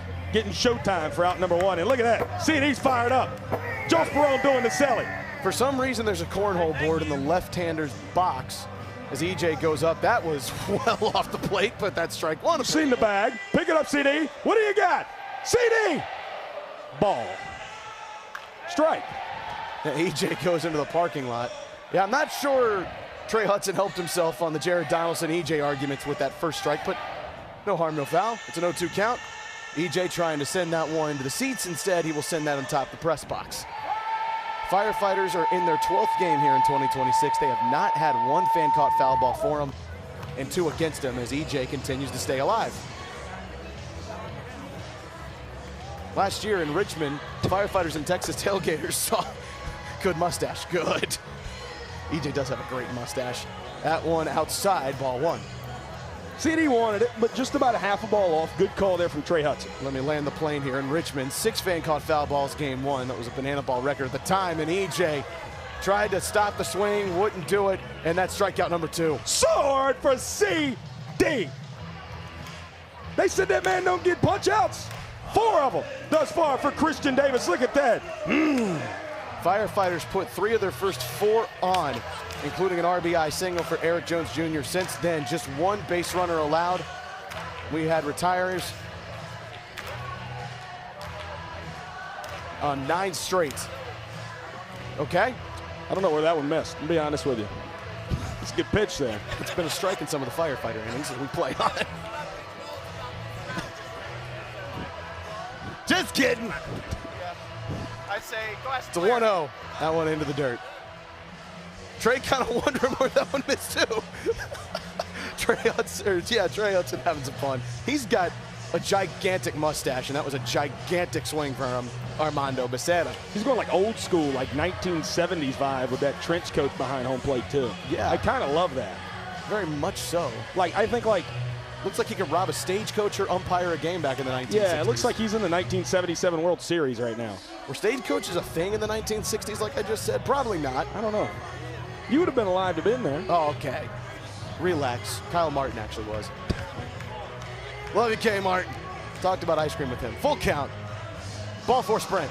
Mondo got a great leap out of the box. Might he go for 2? Oh, you betcha he will. Puts his head down and slides on in.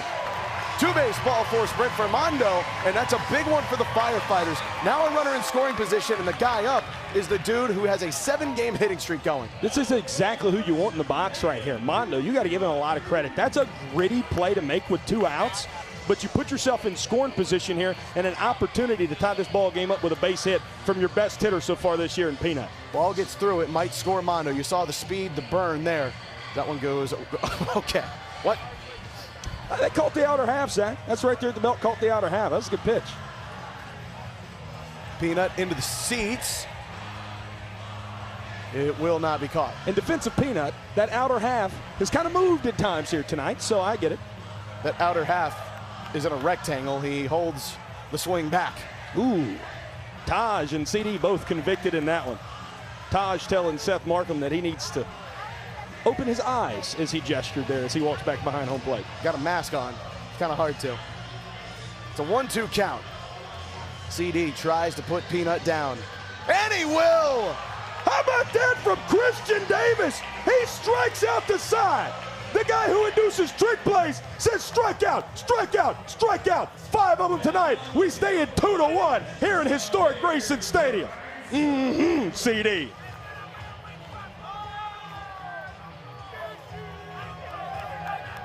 Fans, it's been said that you can lead a horse to water, but you can't make it drink, and we're about to find out if that's true, because down here at first and third base, I have 2 of the finest studs in all of Savannah.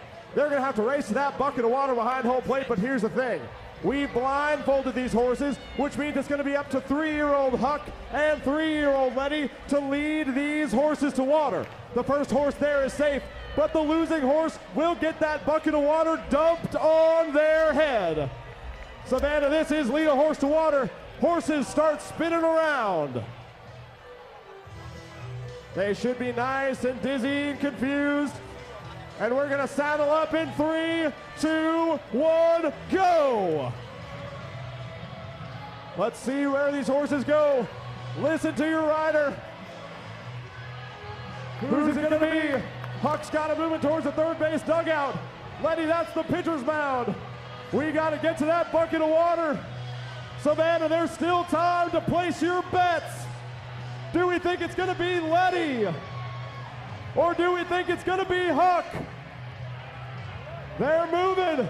You got to stay on the horse, Letty. It's a 2-horse race. You're right there. You got to go. How bad do you want it? Get to that bucket of water. Huck takes the lead. You gotta get to the bucket.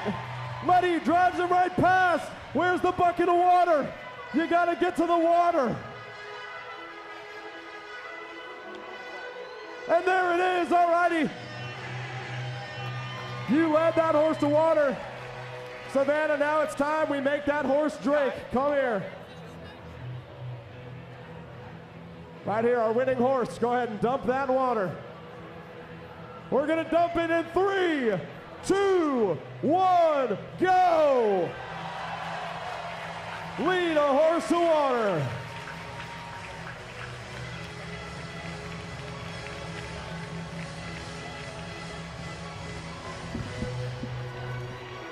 Well, there was water, there was a horse head, and something was going on the field.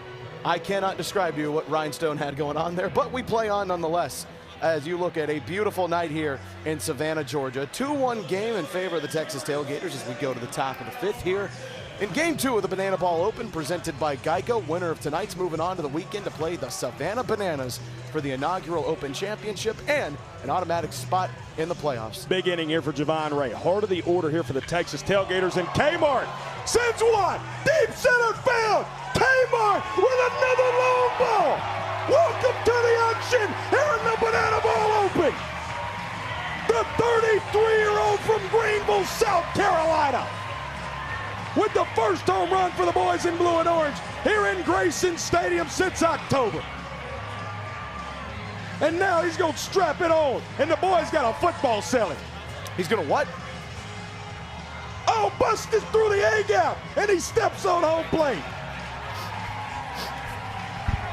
The league leader Michael in George, home runs. to it. 5 home runs. How did that feel? Well, that one doesn't count in the real league, but that one felt great to take the lead in the inning. Oh yeah, I got too excited. That's right. That's a reminder. That did not count in the league. But hey, I want to give you the personal 5 home runs.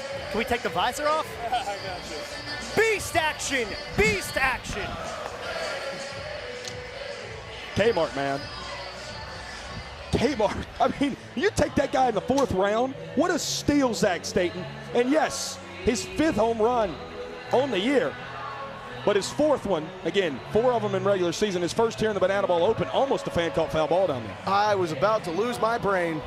There was a firefighter dressed young man who was about ready to catch that one and it dropped out of his hands. It's kind of been the way the night has gone. Started out really well, and since then the Firefighters just have not quite been able to put things together. Had a couple of runners in scoring position, but haven't been able to score. Now they really need it here as Jordan Barth goes back inside. Clock has just ticked under an hour, but we are more than fine on the trajectory to get all 9 innings in. And JB swings out of his shoes. Javon Ray with the shutdown. Selly, his first strikeout of the night. What a way to come back there for Javon. After giving up the leadoff home run to Kyle Martin, comes back and gets a 4-pitch strikeout of Jordan Barth. Just ran the fastball up top, trying to catch up with it. Jordan Barth. So now Taj Porter comes in. Taj and Javon, real tight, real good friends. And well, that was a friendly hack from Taj. Comes up empty. You know, it's funny. Taj was actually the guy who told me about Javon. Told me about Javon. Really? He said, man, that guy's a yapper. He will talk your ears off. TP was not wrong. Man, well, tell you what, Javon says, shut your mouth and go back to the dugouts. Back-to-back Ks for Baby G. Good. Good, Zach. I love you, Taj, if you listen to this later. That's the best analysis I can give on that. That was good. Another high heater there. And the Tailgaters obliged up and out of the zone. Back-to-back strikeouts, as you mentioned there. Javon might be wondering, man, what could have happened if I just could have located that first one to Kyle Martin just a little bit cleaner, as Taylor Justice sends that one back, and immediately an 0-2 count facing the Texas Tailgaters again. Javon has looked awfully good. TJ high into the sky would save a kitten from a tree. It's not going to land for a foul ball, or a hit, excuse me. Nobody. That one straightened out about 500 feet. Yeah. Way foul, though. It would have landed at the fire station across the street. That one will go about 90 feet. Heard a big yell from Cheito in the box down there. Just way foul yet again. Yes. Touch the moon. 1-2. It's a good pitch. It was a good pitch. Good pitch, Zach. Now it's officially 1-2. Javon, back to back to back Ks. So he gives up the solo shot, but then Javon Ray comes back with 3 straight strikeouts. And from Baby G to one of his roommates, guess who's back? It's Ron Franklin with Matty Warren. Ron Franklin Jr., we have missed you so much down on this field, but how good has it been to watch your boys play? It's a blessing, man. Them boys are raking. They're doing everything at 110%, so I'm proud of them. I think you wanted to go talk to a couple of them, huh? I do, yeah. All right, take it away. Let me take this from you. Let me take this from you. All right, y'all come with me, come with me, come with me. Oh, Wee-Bay. I'm on the mic, my boy. It's a beautiful day out here right now. The boys are down. What are we down? We're down? We down one? We down one? We down one. What you gotta tell them? However, we have a good offense. We have a good offense. We have a good offense. All right, next. BK. What you play? It's peanuts and M&M's. All right. How they taste?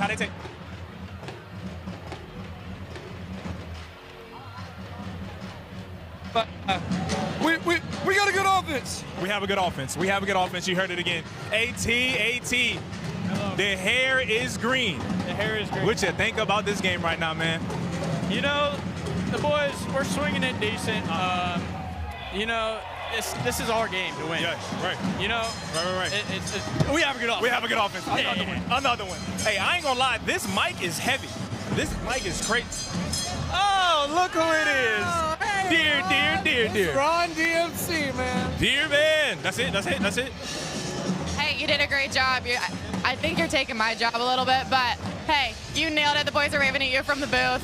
This guy, get him on a mic more often. Come on. I'm trying, but technology seems to want to fight against us right now. Why he got bunny ears on? Yeah, why does he get... What'd that mean? Matty. Frank, what did he... Matty, why has he got bunny ears on? Why did he have bunny ears on? Text me the answer. Yeah, we got to know the answer to that. I can't hear you. Just text me the answer. You got it. Someone's waving at... Oh, Darren McDowell. Hey, bud. How you feeling down there? Trippy! BK!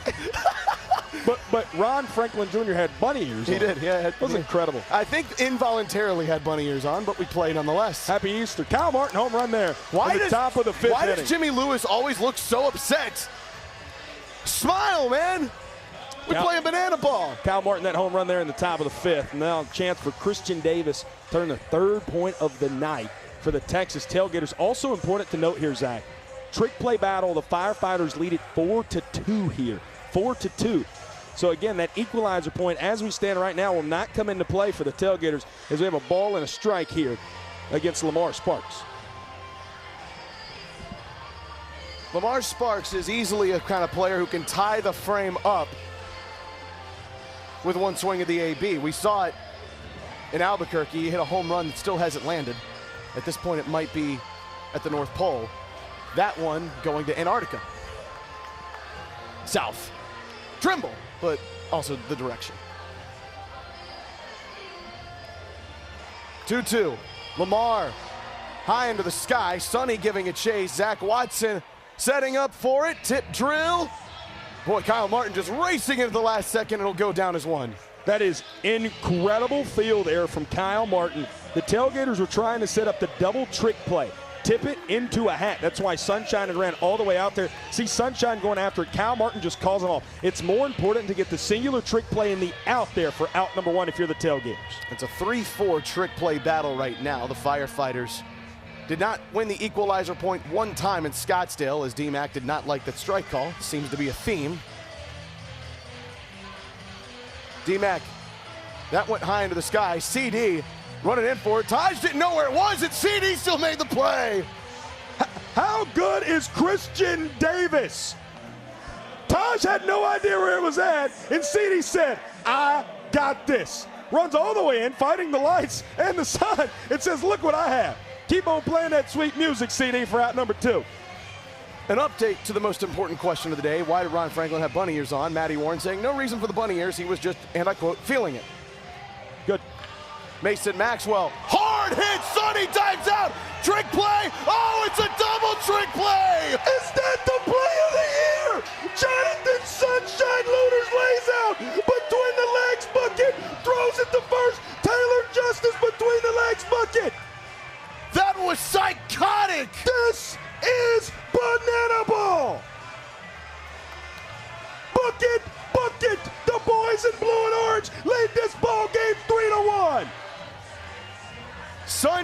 line. Double trick play to TJ.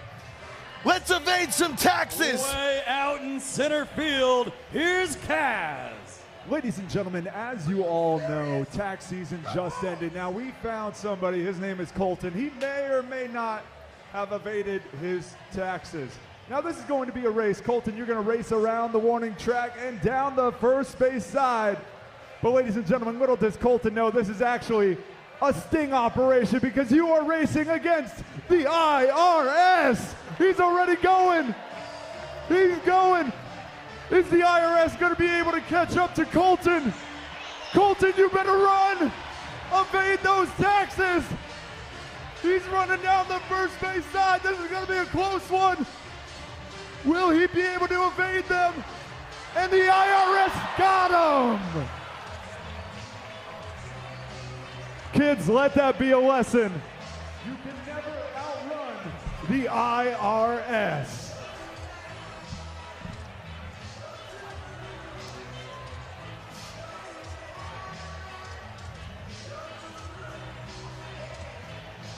This might be one of the coolest plays I have seen in my time in Banana Ball. Sunshine Looters diving, then goes between the legs. Taylor Justice between the legs. And that was sick. Sonny has been an absolute fiend in the field. You see why right there. And Taylor Justice, way to get the foot down. From one great fielder to another. Caden Peanut Green has slapped a mic on his chest and put an earpiece in, and he's waving to me right now. Peanut, how you doing, brother? What's up, fellas? How you feeling right now? I know it's a tough one here as Javon Ray gets a swing and miss for strike one. Yeah, slow start for the boys, but it's okay. A lot of game left. You know how Banana Ball is. Absolutely anything can happen, so. Still an early contest. Here's that one goes inside. This strike zone is fun, isn't it? Yeah, it's a little tight. It's a little tight, I will say. I'm just trying to set you up on that one. Big swing and miss from Mac Daddy. All right, you have statistically been the best hitter in Banana Ball this year. When I say those words, what does that do to you? It's awesome because... Hold on. Tiny, underneath it. Tip drill. Mason Maxwell underneath the legs. We work on that, baby. Yeah, you do. How impressive has Tyner Hughes been at second base, Peanut? I mean, that doesn't look like a rookie to me, does it? No, it doesn't. I mean, he's acting like a vet out here. Dude can absolutely crush baseballs. He's just an athlete, man. So can you, by the way. So, last year, trick play opportunity. Peanut between the legs. You betcha. Hey, tell G to go faster, Peanut. He might have a quick inning. Man, I want to talk to y'all, but I do too, man. My guy G, I just can't, you know? Gotta make a play for him. It's the way it goes. Yeah, so statistically, best hitter in Banana Ball. Like, what does that do for your confidence going into a game like this where you're hitting .469 and getting on base half the time? I mean, it feels really good, you know. In the offseason, you work so hard to try different things. Come on, Lacey. Logan Lacey between the legs, over to first. 3. Oh, Mason dropped it at the last second. He knew that we were on the mic, so he wanted us to keep talking too, Nut. I guess so. But yeah, no, you work so hard in the offseason and tweak things and to get ready for the season, and to see it kind of pay off a little bit, it's nice. It's definitely nice. Hey, on Instagram, you got something called Snacking with Peanut. How did this get started? I love my food and I love trying restaurants. I thought it'd be cool to like bring some teammates along with me on the road and try some restaurants. That is ripped to left field. Noah Bridges, does he have a trick play in him? Nah, he just catched it under the basket. Well, hey, when we go to Richmond, I'm your VA guy. Can we do something? Yeah. Hey, I'll take you out to dinner. Come on now. Hey, we can make that plan. You, Ron, Johnny, and Javon have like one of the greatest boys' dates I've ever seen at Comets Corner. Hey, I'm just trying to take care of the boys, man. I love those guys. That was incredible. Y'all got smelling nice and looking good. Peanut, I love you. Love y'all. You guys are the best. That was well done. Caden Green, everybody. Best hitter in Banana Ball. One of the best fielders in Banana Ball. You saw it there. How about Javon Ray? Outside of one home run, he's been absolutely fantastic, Brett Loftus. Couple of strikeouts and a couple of clean frames. And we talked about it. This is a big one for Javon Ray's confidence. Tonight, with Jared Donaldson having maybe not his best stuff, you needed an outing like that from Baby G, and boy, you got it.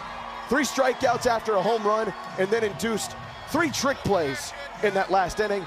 He's got 5 strikeouts for the game. He's got 3 strikeouts, has induced 5 trick plays behind him thus far. I mean, the guy that you needed to come in after your ace, Jared Donaldson, I mean, didn't have his best stuff, but a really good night regardless from any Banana Ball pitcher. The guy I want to talk about, though, is still on the mound here. Christian Davis. is going to throw in the 6th inning. This is the longest that a Texas Tailgaters pitcher has thrown ever. In the existence of the Texas Tailgaters, a starting pitcher, I should say, has never went in to the 6th inning. He did give up that walk-off in the 1st inning. Since then, has either pushed or earned the point thus far for the Texas Tailgaters. CD's all in warmed up. Noah Bridges is due up here. Where is he? He's somewhere in the crowd. Noah, what you got?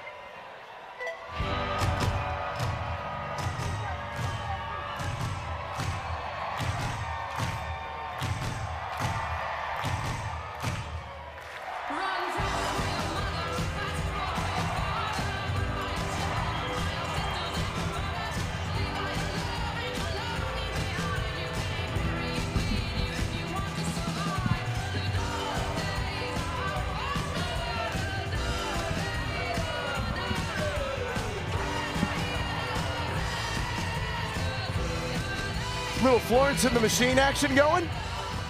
Little flow job.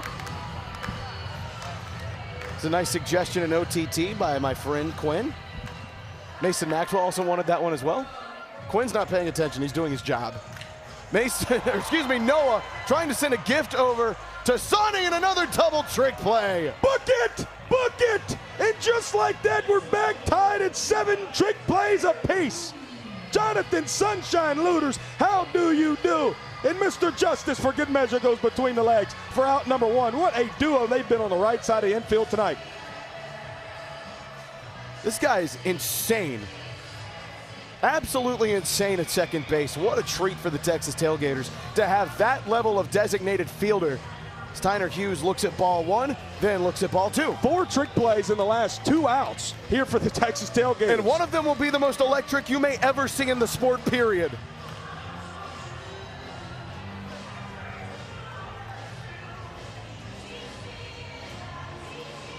Into the stands, it's a 2-1 count.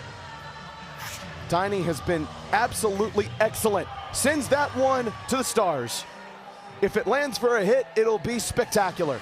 Tip drill, backwards, Jason Arndt, another trick play. Book it! Jason Arndt, just 1 trick play in his banana ball career, and here in the open, he gives the Tailgaters the trick play lead yet again, but there's a dog. Chief! Clear the paint, everybody! I got this! Chief again grabs the bat. Just for good measure, make sure he's got it. Good boy! I still don't think he likes the taste of pine tar. I don't blame him. I wouldn't either, as Dalton Cornett looks at a ball. He has still not technically dropped a bat at all this season. He's had a couple close calls. He's had a couple where maybe he tasted the pine tar and said, but he's battled through. That is a hard foul from DC3. We have a lot of book it counts going on in the chat tonight. Apparently that was the 25th time I've said it. So thank you to all those watching. Tonight? Apparently. I mean, I obviously haven't kept count, but the chat is keeping count. There's only been 8 trick plays for the Texas Tailgaters. How do we get 25 out of that? I trust Boston fan 17. I really do. Oh, man. Beefy Boy is squatting one of the 2-steppers. DC3 puts that one over top the canopy and foul. Taj Porter just went down in the Firefighters dugout as he reappears. Trying to run into the Bananas locker room.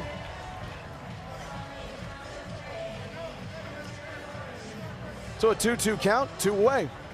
It's a 3-1 Tailgaters lead. The Firefighters got 3 hits in the first inning and since then have been limited to 1. Boy, that was a frame job and a half from Taj Porter. But it was up. It was up. Great call there. Biggest pitch of the ball game to this point from CD. 3-2. DC3 right back up the middle. Zach Watson was way in. That'll go to the track. Easy double for DC3. Nope, he's going to stop himself right there. Maybe thought about a triple, but instead will plant at second. And just like that, the Firefighters have a runner in scoring position, the inning-winning run at scoring position. And you know, it's something that the Indianapolis Clowns actually don't do. They have been staying away from that ball four sprint defense because of situations like that. Balls hit to the track. So it's interesting to see how your defense can change here in Banana Ball right there. Ball four sprint defense, Zach Watson gets burned by that double. And it certainly helps when you got a guy like Jackie Bradley Jr. back there who can move like he does to not have to play him fully back. Zach Watson, no slow slouch of his own right, but still way in for the ball four sprint defense. Logan Lacey, a 1-1 count. Big AP for his confidence tonight. And he skies it. Where will it land? Will it land? Sonny underneath. Looking, tip drill. Bucket, sunshine, Jordan Hussein. That's a 5-trick play inning for the Texas Tailgaters. Are you serious? The league leader in trick plays in Jordan Hussein and Jonathan Sunshine Looters come up clutch yet again for the Texas Tailgaters. 3-1 after 6, 10-7 in the trick play battle. And let's send it down to our field to our good friend, Nate Bilgeray. Holy moly, Brett, fire me up. In fact, can I get a pulse check? The atmosphere in Grayson Stadium is absolutely electric. The inaugural Hannibal Open, we're creating a playoff atmosphere in the regular season. Please, Morgan, tell me how special it is to be here for this moment. It's so exciting. It's the first year of this, and I'm so excited. I didn't even know who was coming, and I'm excited to be here. Oh my God, we're so excited.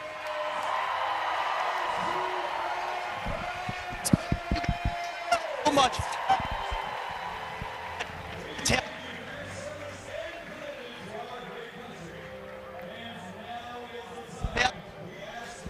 Our friend Nate Bilgeroy is having some tremendous fun down there, but Nate Bilgeray, I'm sorry, you've been bitten by the technical difficulties monster.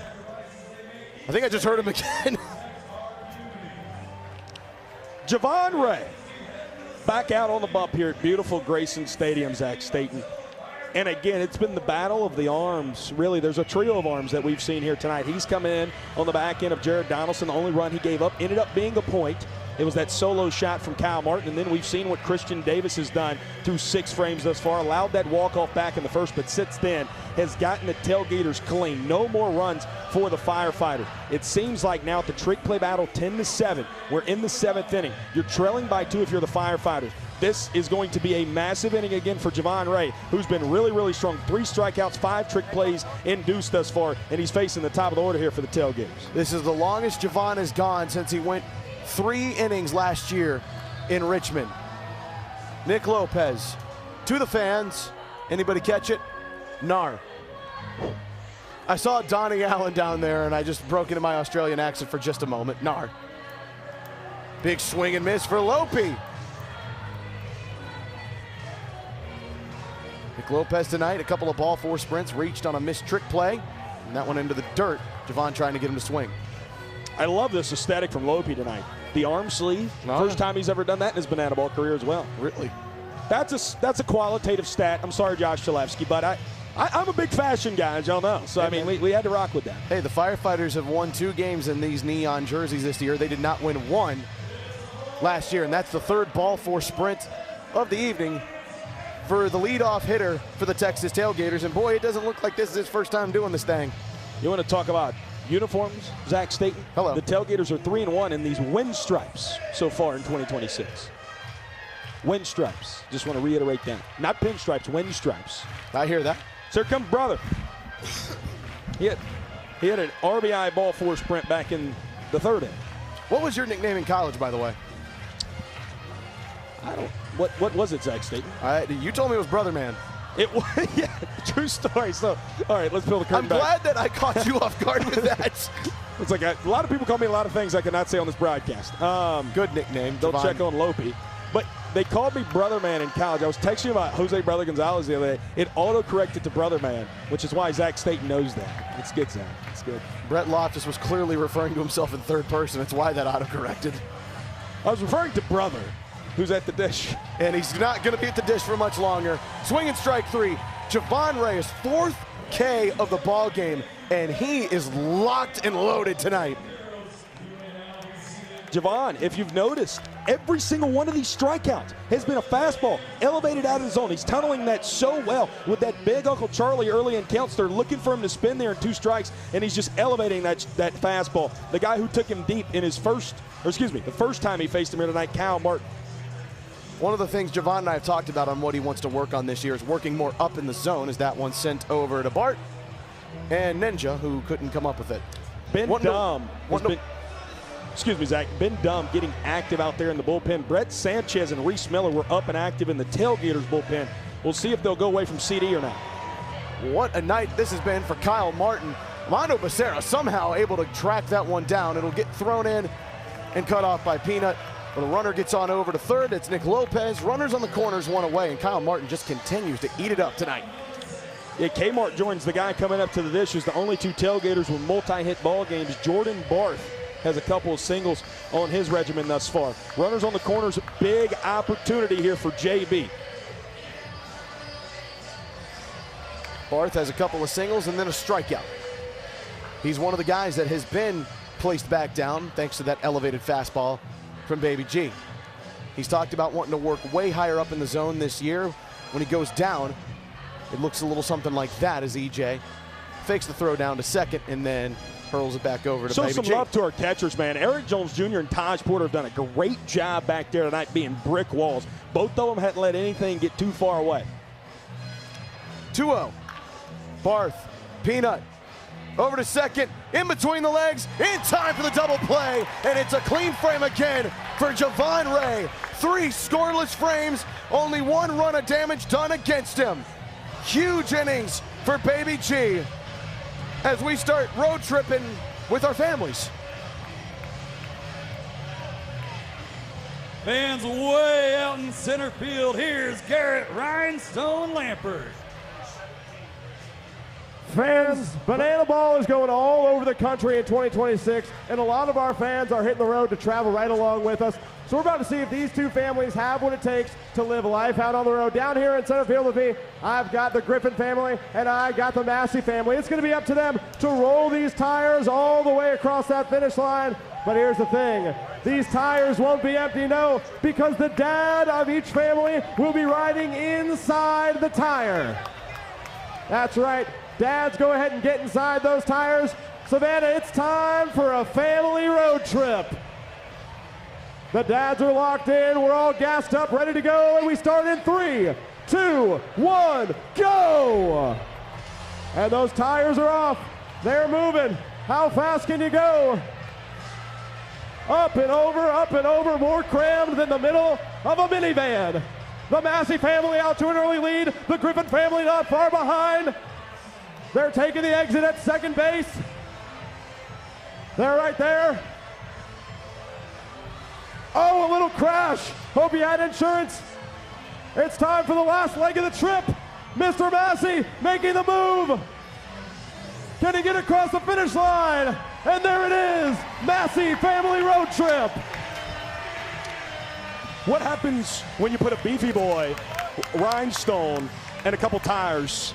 That's what happens with your family road trip. I know a guy who's went on a couple family road trips. He's now on the bump here for the Texas Tailgaters. My good friend, Brett Sanchez. He has been absolutely electric in his rookie campaign for the Texas Tailgaters. If you remember, he had a couple appearances for the Visitors last summer, but so far this season, Brett Sanchez is not a guy that is going to get a lot of strikeouts. So he says, 14 strikeouts and 14 in the 3rd innings pitched, and that ERA is so beautiful, 2.51. He had a 10 and 3rd scoreless innings, He had a 10 and 3rd consecutive scoreless innings pitched, and that was ruined last weekend at UNC, but trying to throw up a scoreless frame right here in the bottom of the 7th.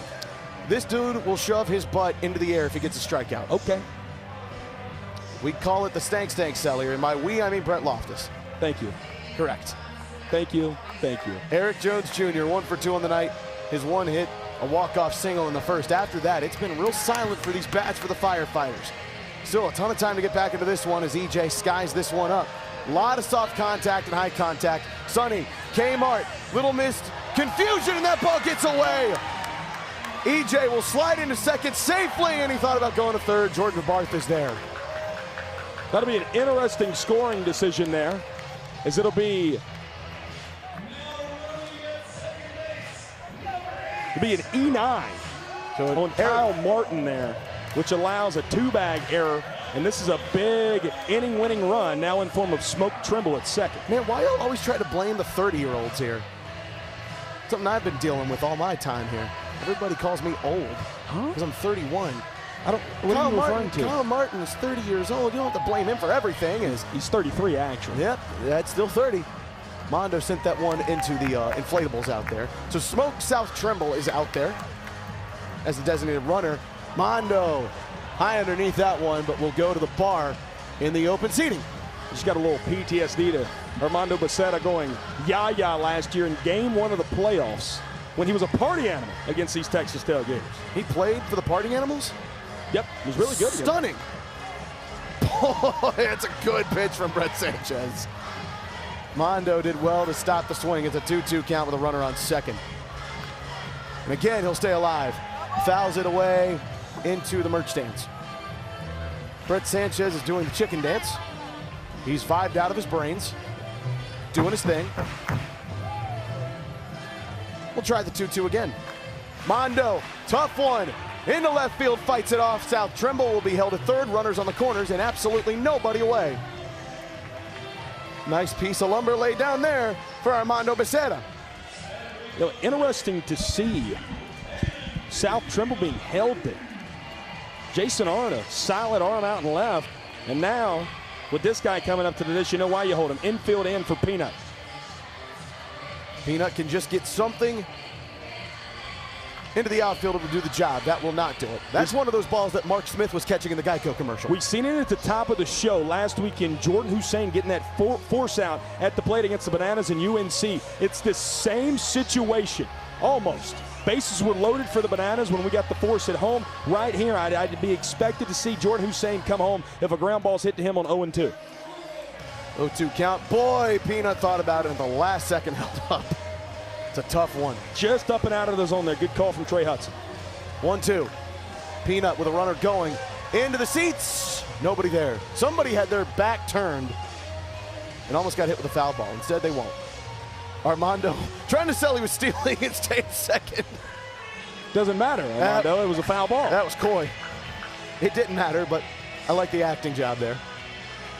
Armando's business. We'll try the 1-2 again, and Peanut swinging out of his shoes. Brett, what is it? Thank you, thank you, thank you.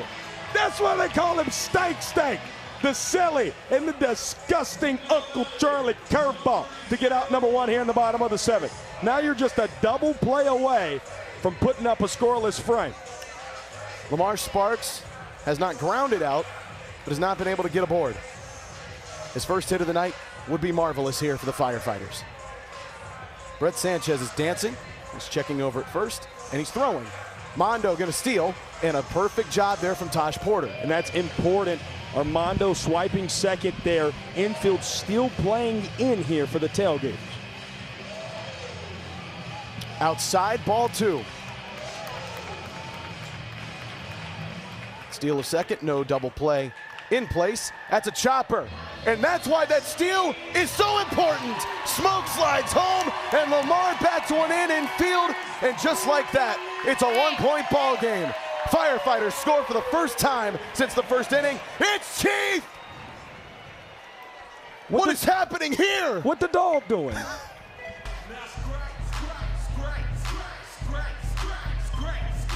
I don't think Chief knows what's going on.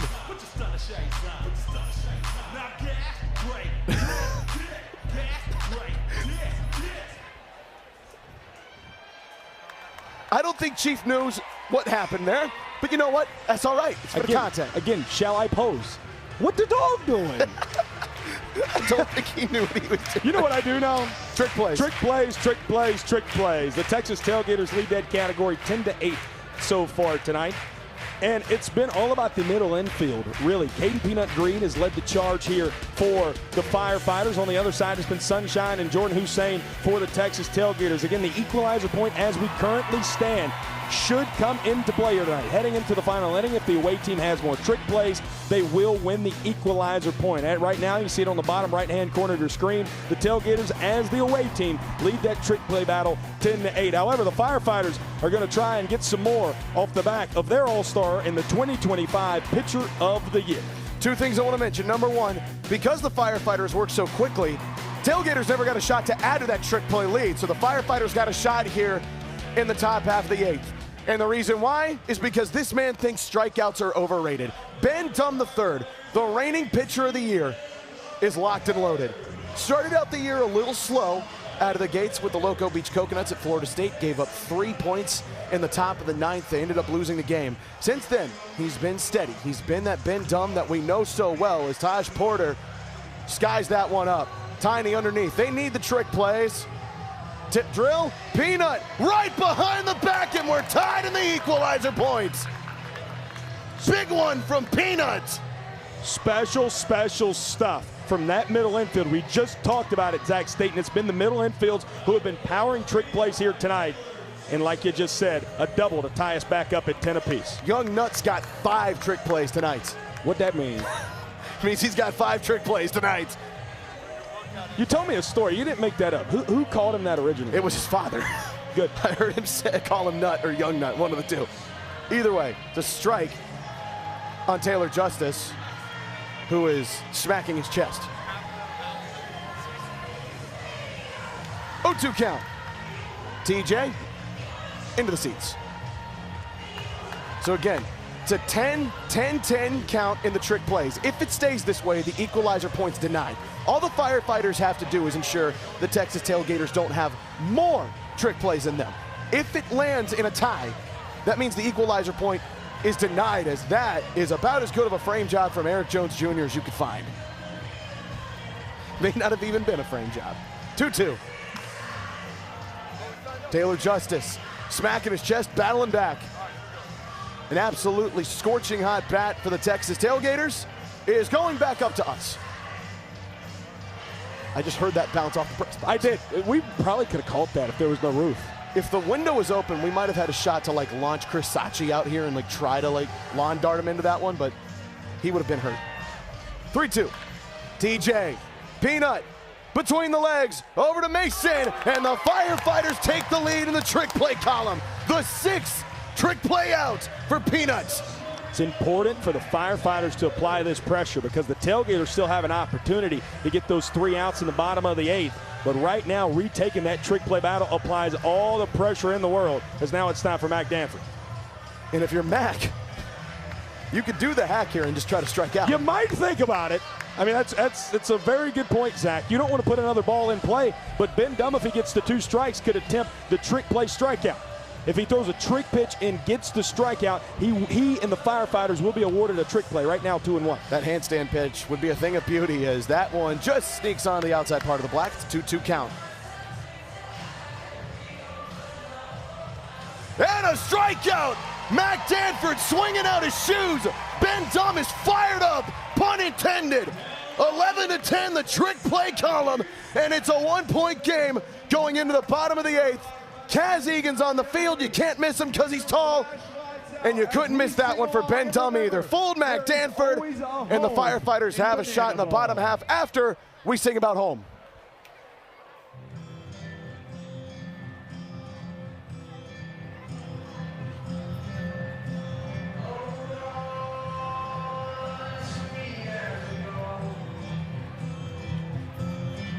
As we roll down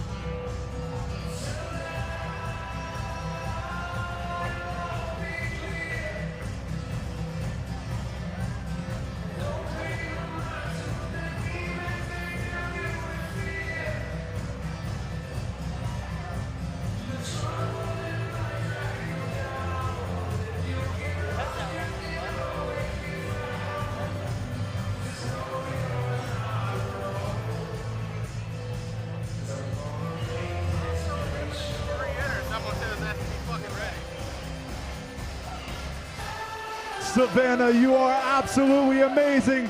Now keep up the energy, and let's go Firefighters!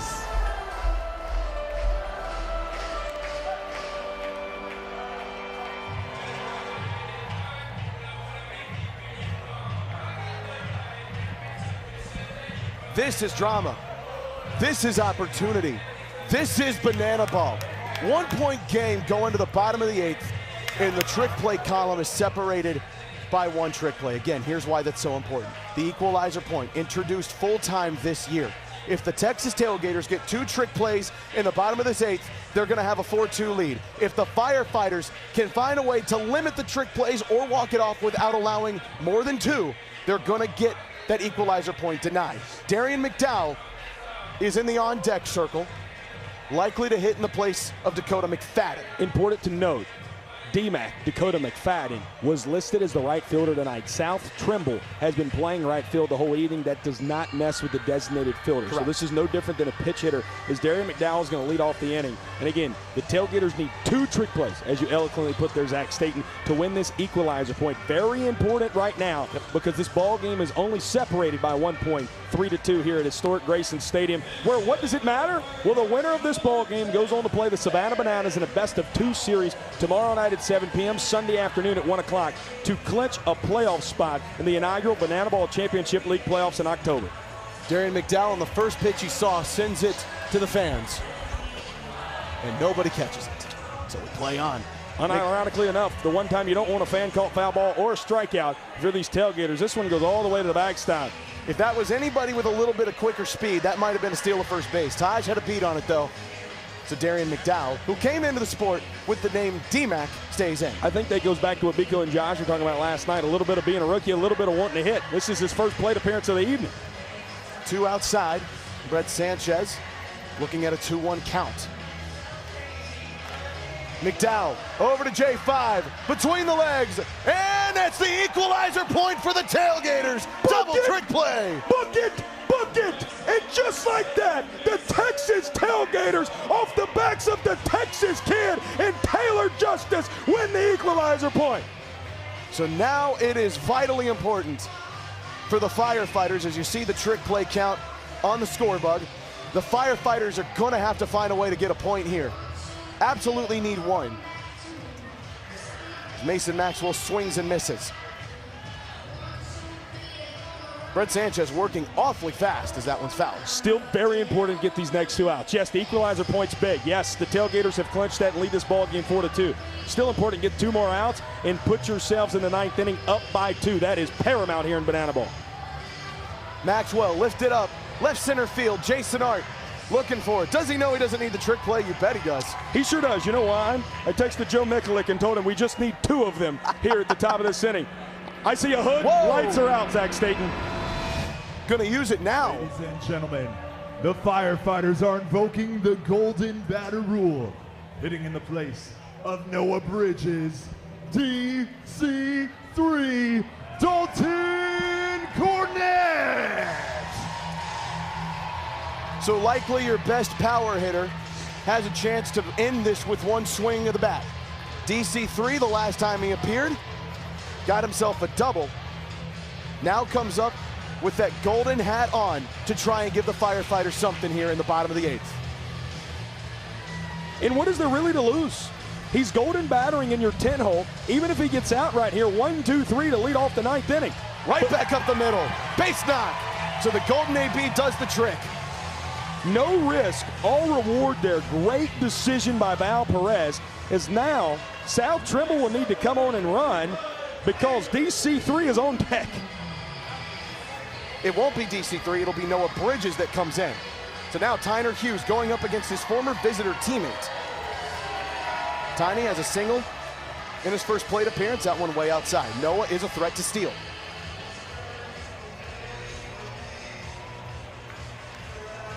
Tiny, goodness gracious, that fooled him.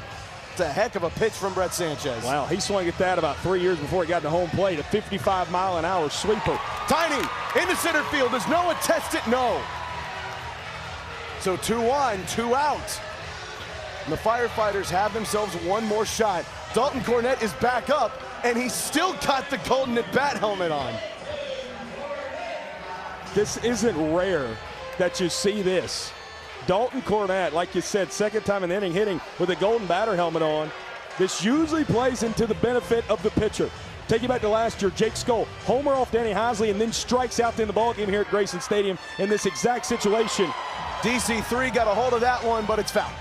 Fans have had a couple opportunities here tonight. Now Brett Sanchez, one of his biggest opportunities of his rookie Banana Ball campaign, his 32nd pitch here of the evening, 0-2 against DC3. Cornett needs to put one into the outfield to have it shot. And he skies this one heading foul. Does the Tailgater have a play on it? No, I think that hit off the light bulb. That's the kind of power he's got. Light pole power. Almost said light hole power. Light tower power. Light tower power. Light pole power. Either way, it's still an 0-2 count. DC3 has had a couple of healthy hacks. Long check over at second. That one skied underneath Chadwick Folkstead, our producer here in the booth, and so we play on. One of the things this does do, though, it takes the one left-handed batter away from potentially facing Reese Miller. That is lobbed. Oh, it was bobbled. A fan wanted to catch that one-handed, had his fingers on it, and couldn't pull it in. We needed you. Collective breath of relief there for the Firefighters. Sanchez, up and out. Great pitch, just to see if Dalton Cornett was in auto swing mode. He's fouled off 3 straight pitches. Good waste pitch there from Sanchez. And he'll waste one again. You don't want to waste too many of those. A 3-2 count would put a ball 4 sprint that would win the inning on the table.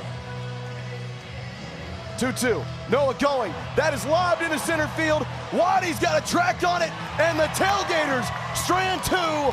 They win the equalizer point, and they take a 4-2 lead in the bottom, or going to the 9th. Brett Sanchez, nerves of steel right there. Dalton Cornett, who gets that single as the golden batter, you get him to pop out, and now a 2-point lead for the boys in blue and orange as we roll on to the 9th inning. And what are those rules exactly of the 9th inning? Let's take a look at those again. Every run now counts as a point here in the final frame of Banana Ball. And if somehow, some reason, some way, the Tailgaters and the Firefighters were tied at the end of this frame, we will head to the best overtime in all of sports, showdowns, my friend. Showdowns is where the Firefighters have truly gotten themselves going. Hello, Sam Tenez. Sam Tenez.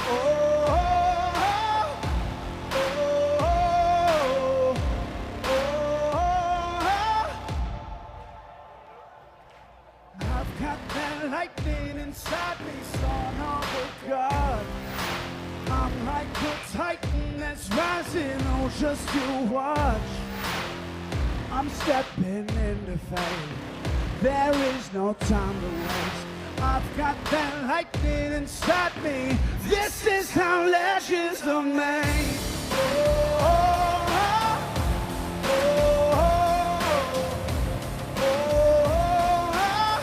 This is how legends are made.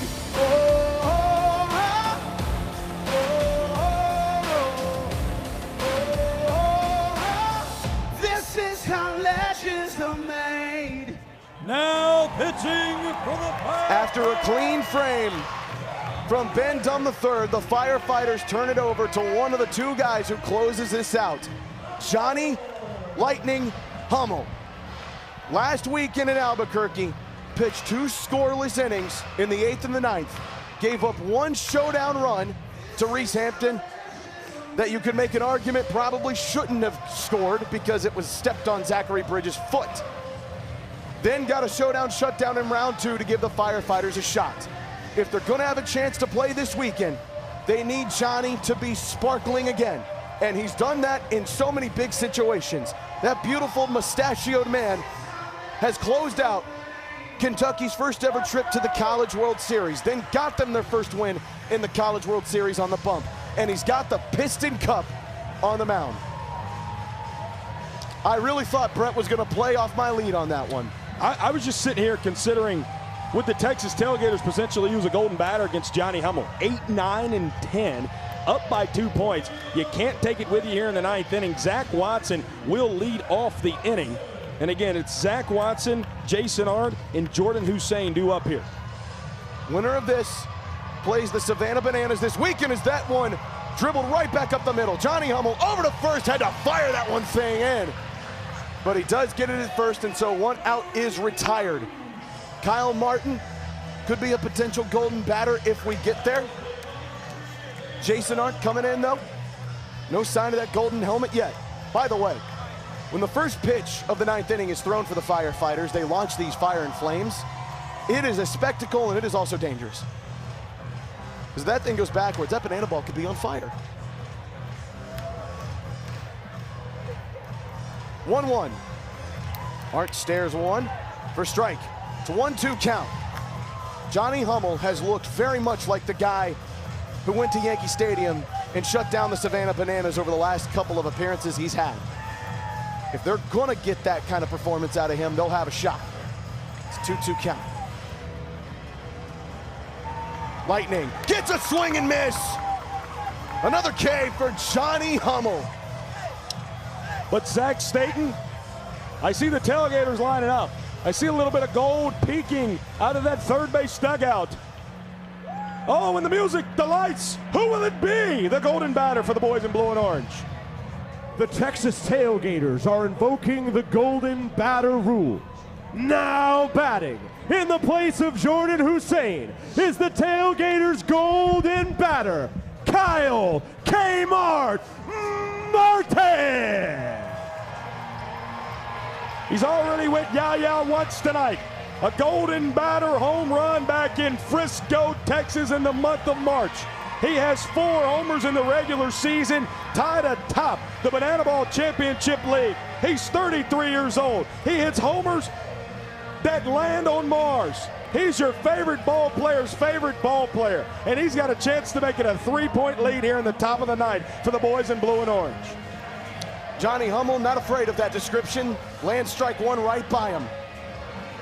Big time spot for both of these teams. Martin, that will not be a homer. It might land unless something unusual happens. Nope. Caden Peanut Green brings it on in. Johnny Hummel fires in a lightning quick inning. And the Firefighters go to the bottom of the ninth, down 4-2. If they are to get this one to showdowns or to get to the weekend, this is the inning to go. The last time they faced Reese Miller, we'll find out in a minute, actually, because I see Brett Sanchez still out there. Hold on. Either way, the Firefighters, a couple of weeks ago in Scottsdale, scored in the ninth to win the game. Last weekend, Albuquerque, 4-4 game. They scored 4 in the top of the ninth to win the game. Can they do it again? We'll see, because the Texas Tailgaters are, in fact, making a pitching change. And it is arguably the second best closer in this sport. He reigns from Houston, Texas, and his name is Reese Miller. As JJ Cash lights his ropes on fire, we see the man who's second in the Banana Ball Championship League in saves take the bump.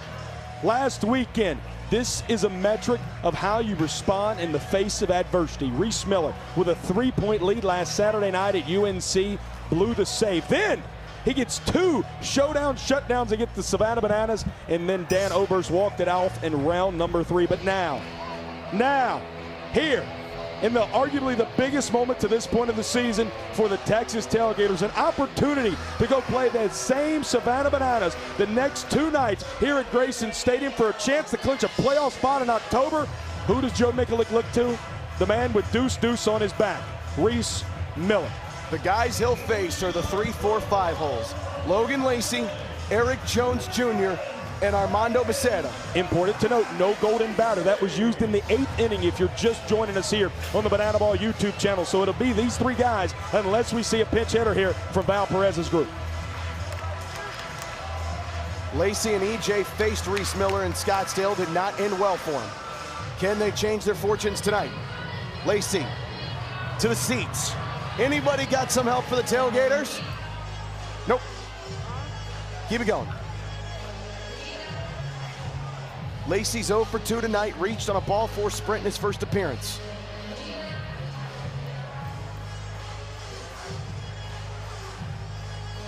Swings on an absolute nasty slider. Way outside, and it's an 0-2 count. This is where Reese Miller shines. Lacey almost did it again. Thinks better of it. It's a 1-2 count.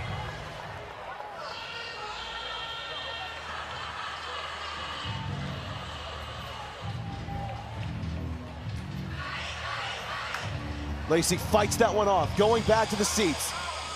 Firefighters are playing with fire.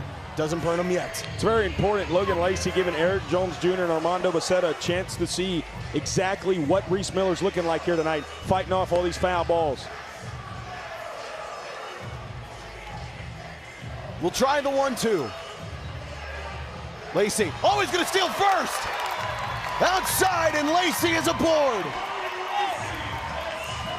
And a big steal of first, because now Eric Jones Jr. represents the game-tying run/point here for the Firefighters in the bottom of the ninth.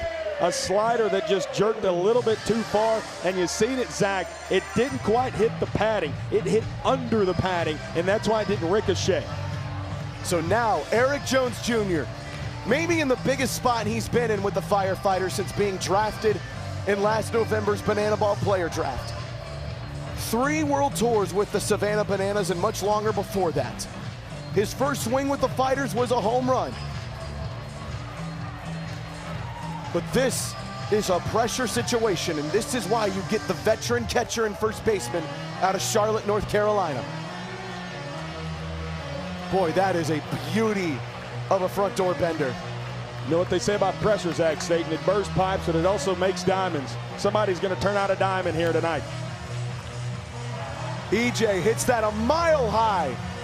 A lot of Texas tailgaters running for all they're worth, and Jordan Hussein grabs it. Usually it's going to be your outfielder who's charging that ball that would call off the shortstop and third baseman. But when your captain is your shortstop and he's that guy, Jordan Hussein, as Grubb agrees, he's going to make that play 10 times out of 10. Jordan Hussein out number 1.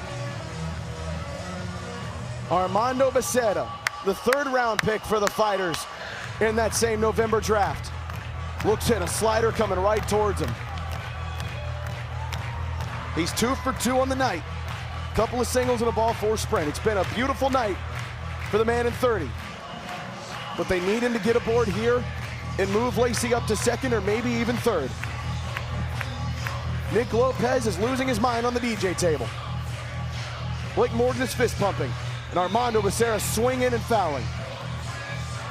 Now what do you go to here? We've seen in that 2-strike count against Logan Lacey, the slider that went all the way to the backstop. But you're facing a lefty. You might not go that far out, even towards the outside. 1-2. It is outside. Trying that heater.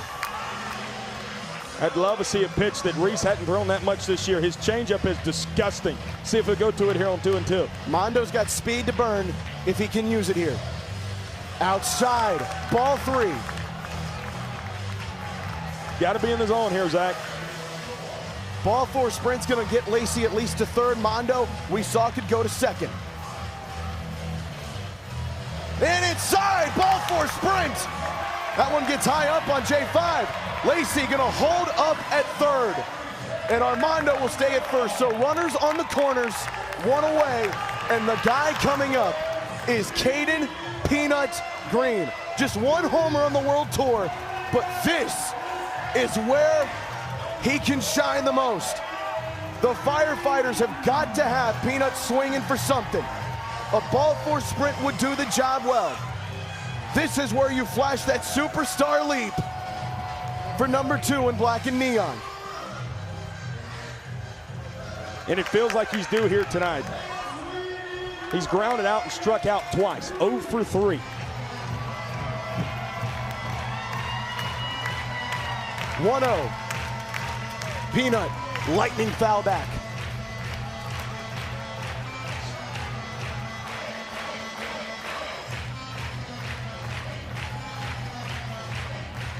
What a game we've had tonight here. Winner goes to the weekend to play the Savannah Bananas, and Peanut fouls it back. They'll play for the Open Championship in an automatic spot in October's Banana Ball Championship League playoffs. This is what this means to both teams. 1-2, Peanut stays alive. Caden Green was the best hitter in 2025 against the Texas Tailgaters that continued in Scottsdale. Combined coming into tonight, 9 of 18 with a homer and 3 RBI. He doesn't need the homer, but he needs something productive. And he won't get it! Poche from Reese Miller. Perhaps the biggest strikeout of his season thus far. His first here tonight. And the Texas Tailgaters are 1 out away from playing the Savannah Bananas in the Banana Ball Open Championship Series. But a man who stands in the way, Zach Staten, has been on fire. How about this for dichotomy, from one of the most sure hitters in the sport to a rookie. Lamar Sparks has home run power and a good eye there. Tough one to lay off. We saw Armando steal second at one point to take away a double play opportunity. They don't need the double play, but could they get Armando into scoring position here if this count continues? 2-0. Logan Lacey is at third, Armando Becerra at first. Lamar moves out of the way of that one, but it was inside the zone for a strike. He's 0 for 3 tonight. He could land one here. It gives the Fighters a shot. Lamar fooled. Deuce is wild. 2 on, 2 out, 2 balls, 2 strikes.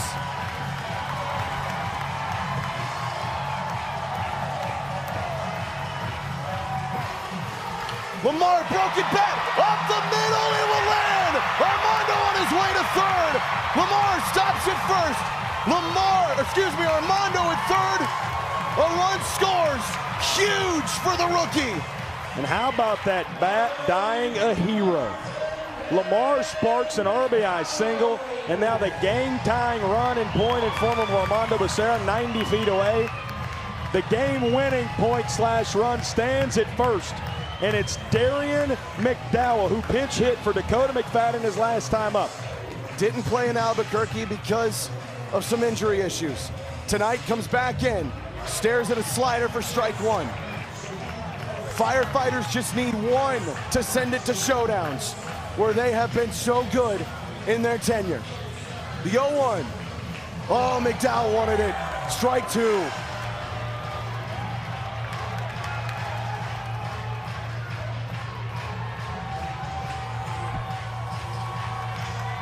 The 0-2. Got him! Reese Miller sends the Texas Tailgaters to the first ever Banana Ball Open Championship Series. 4-3 the boys in blue and orange. Advance to the weekend. And how about the boys from Texas dance a little bit?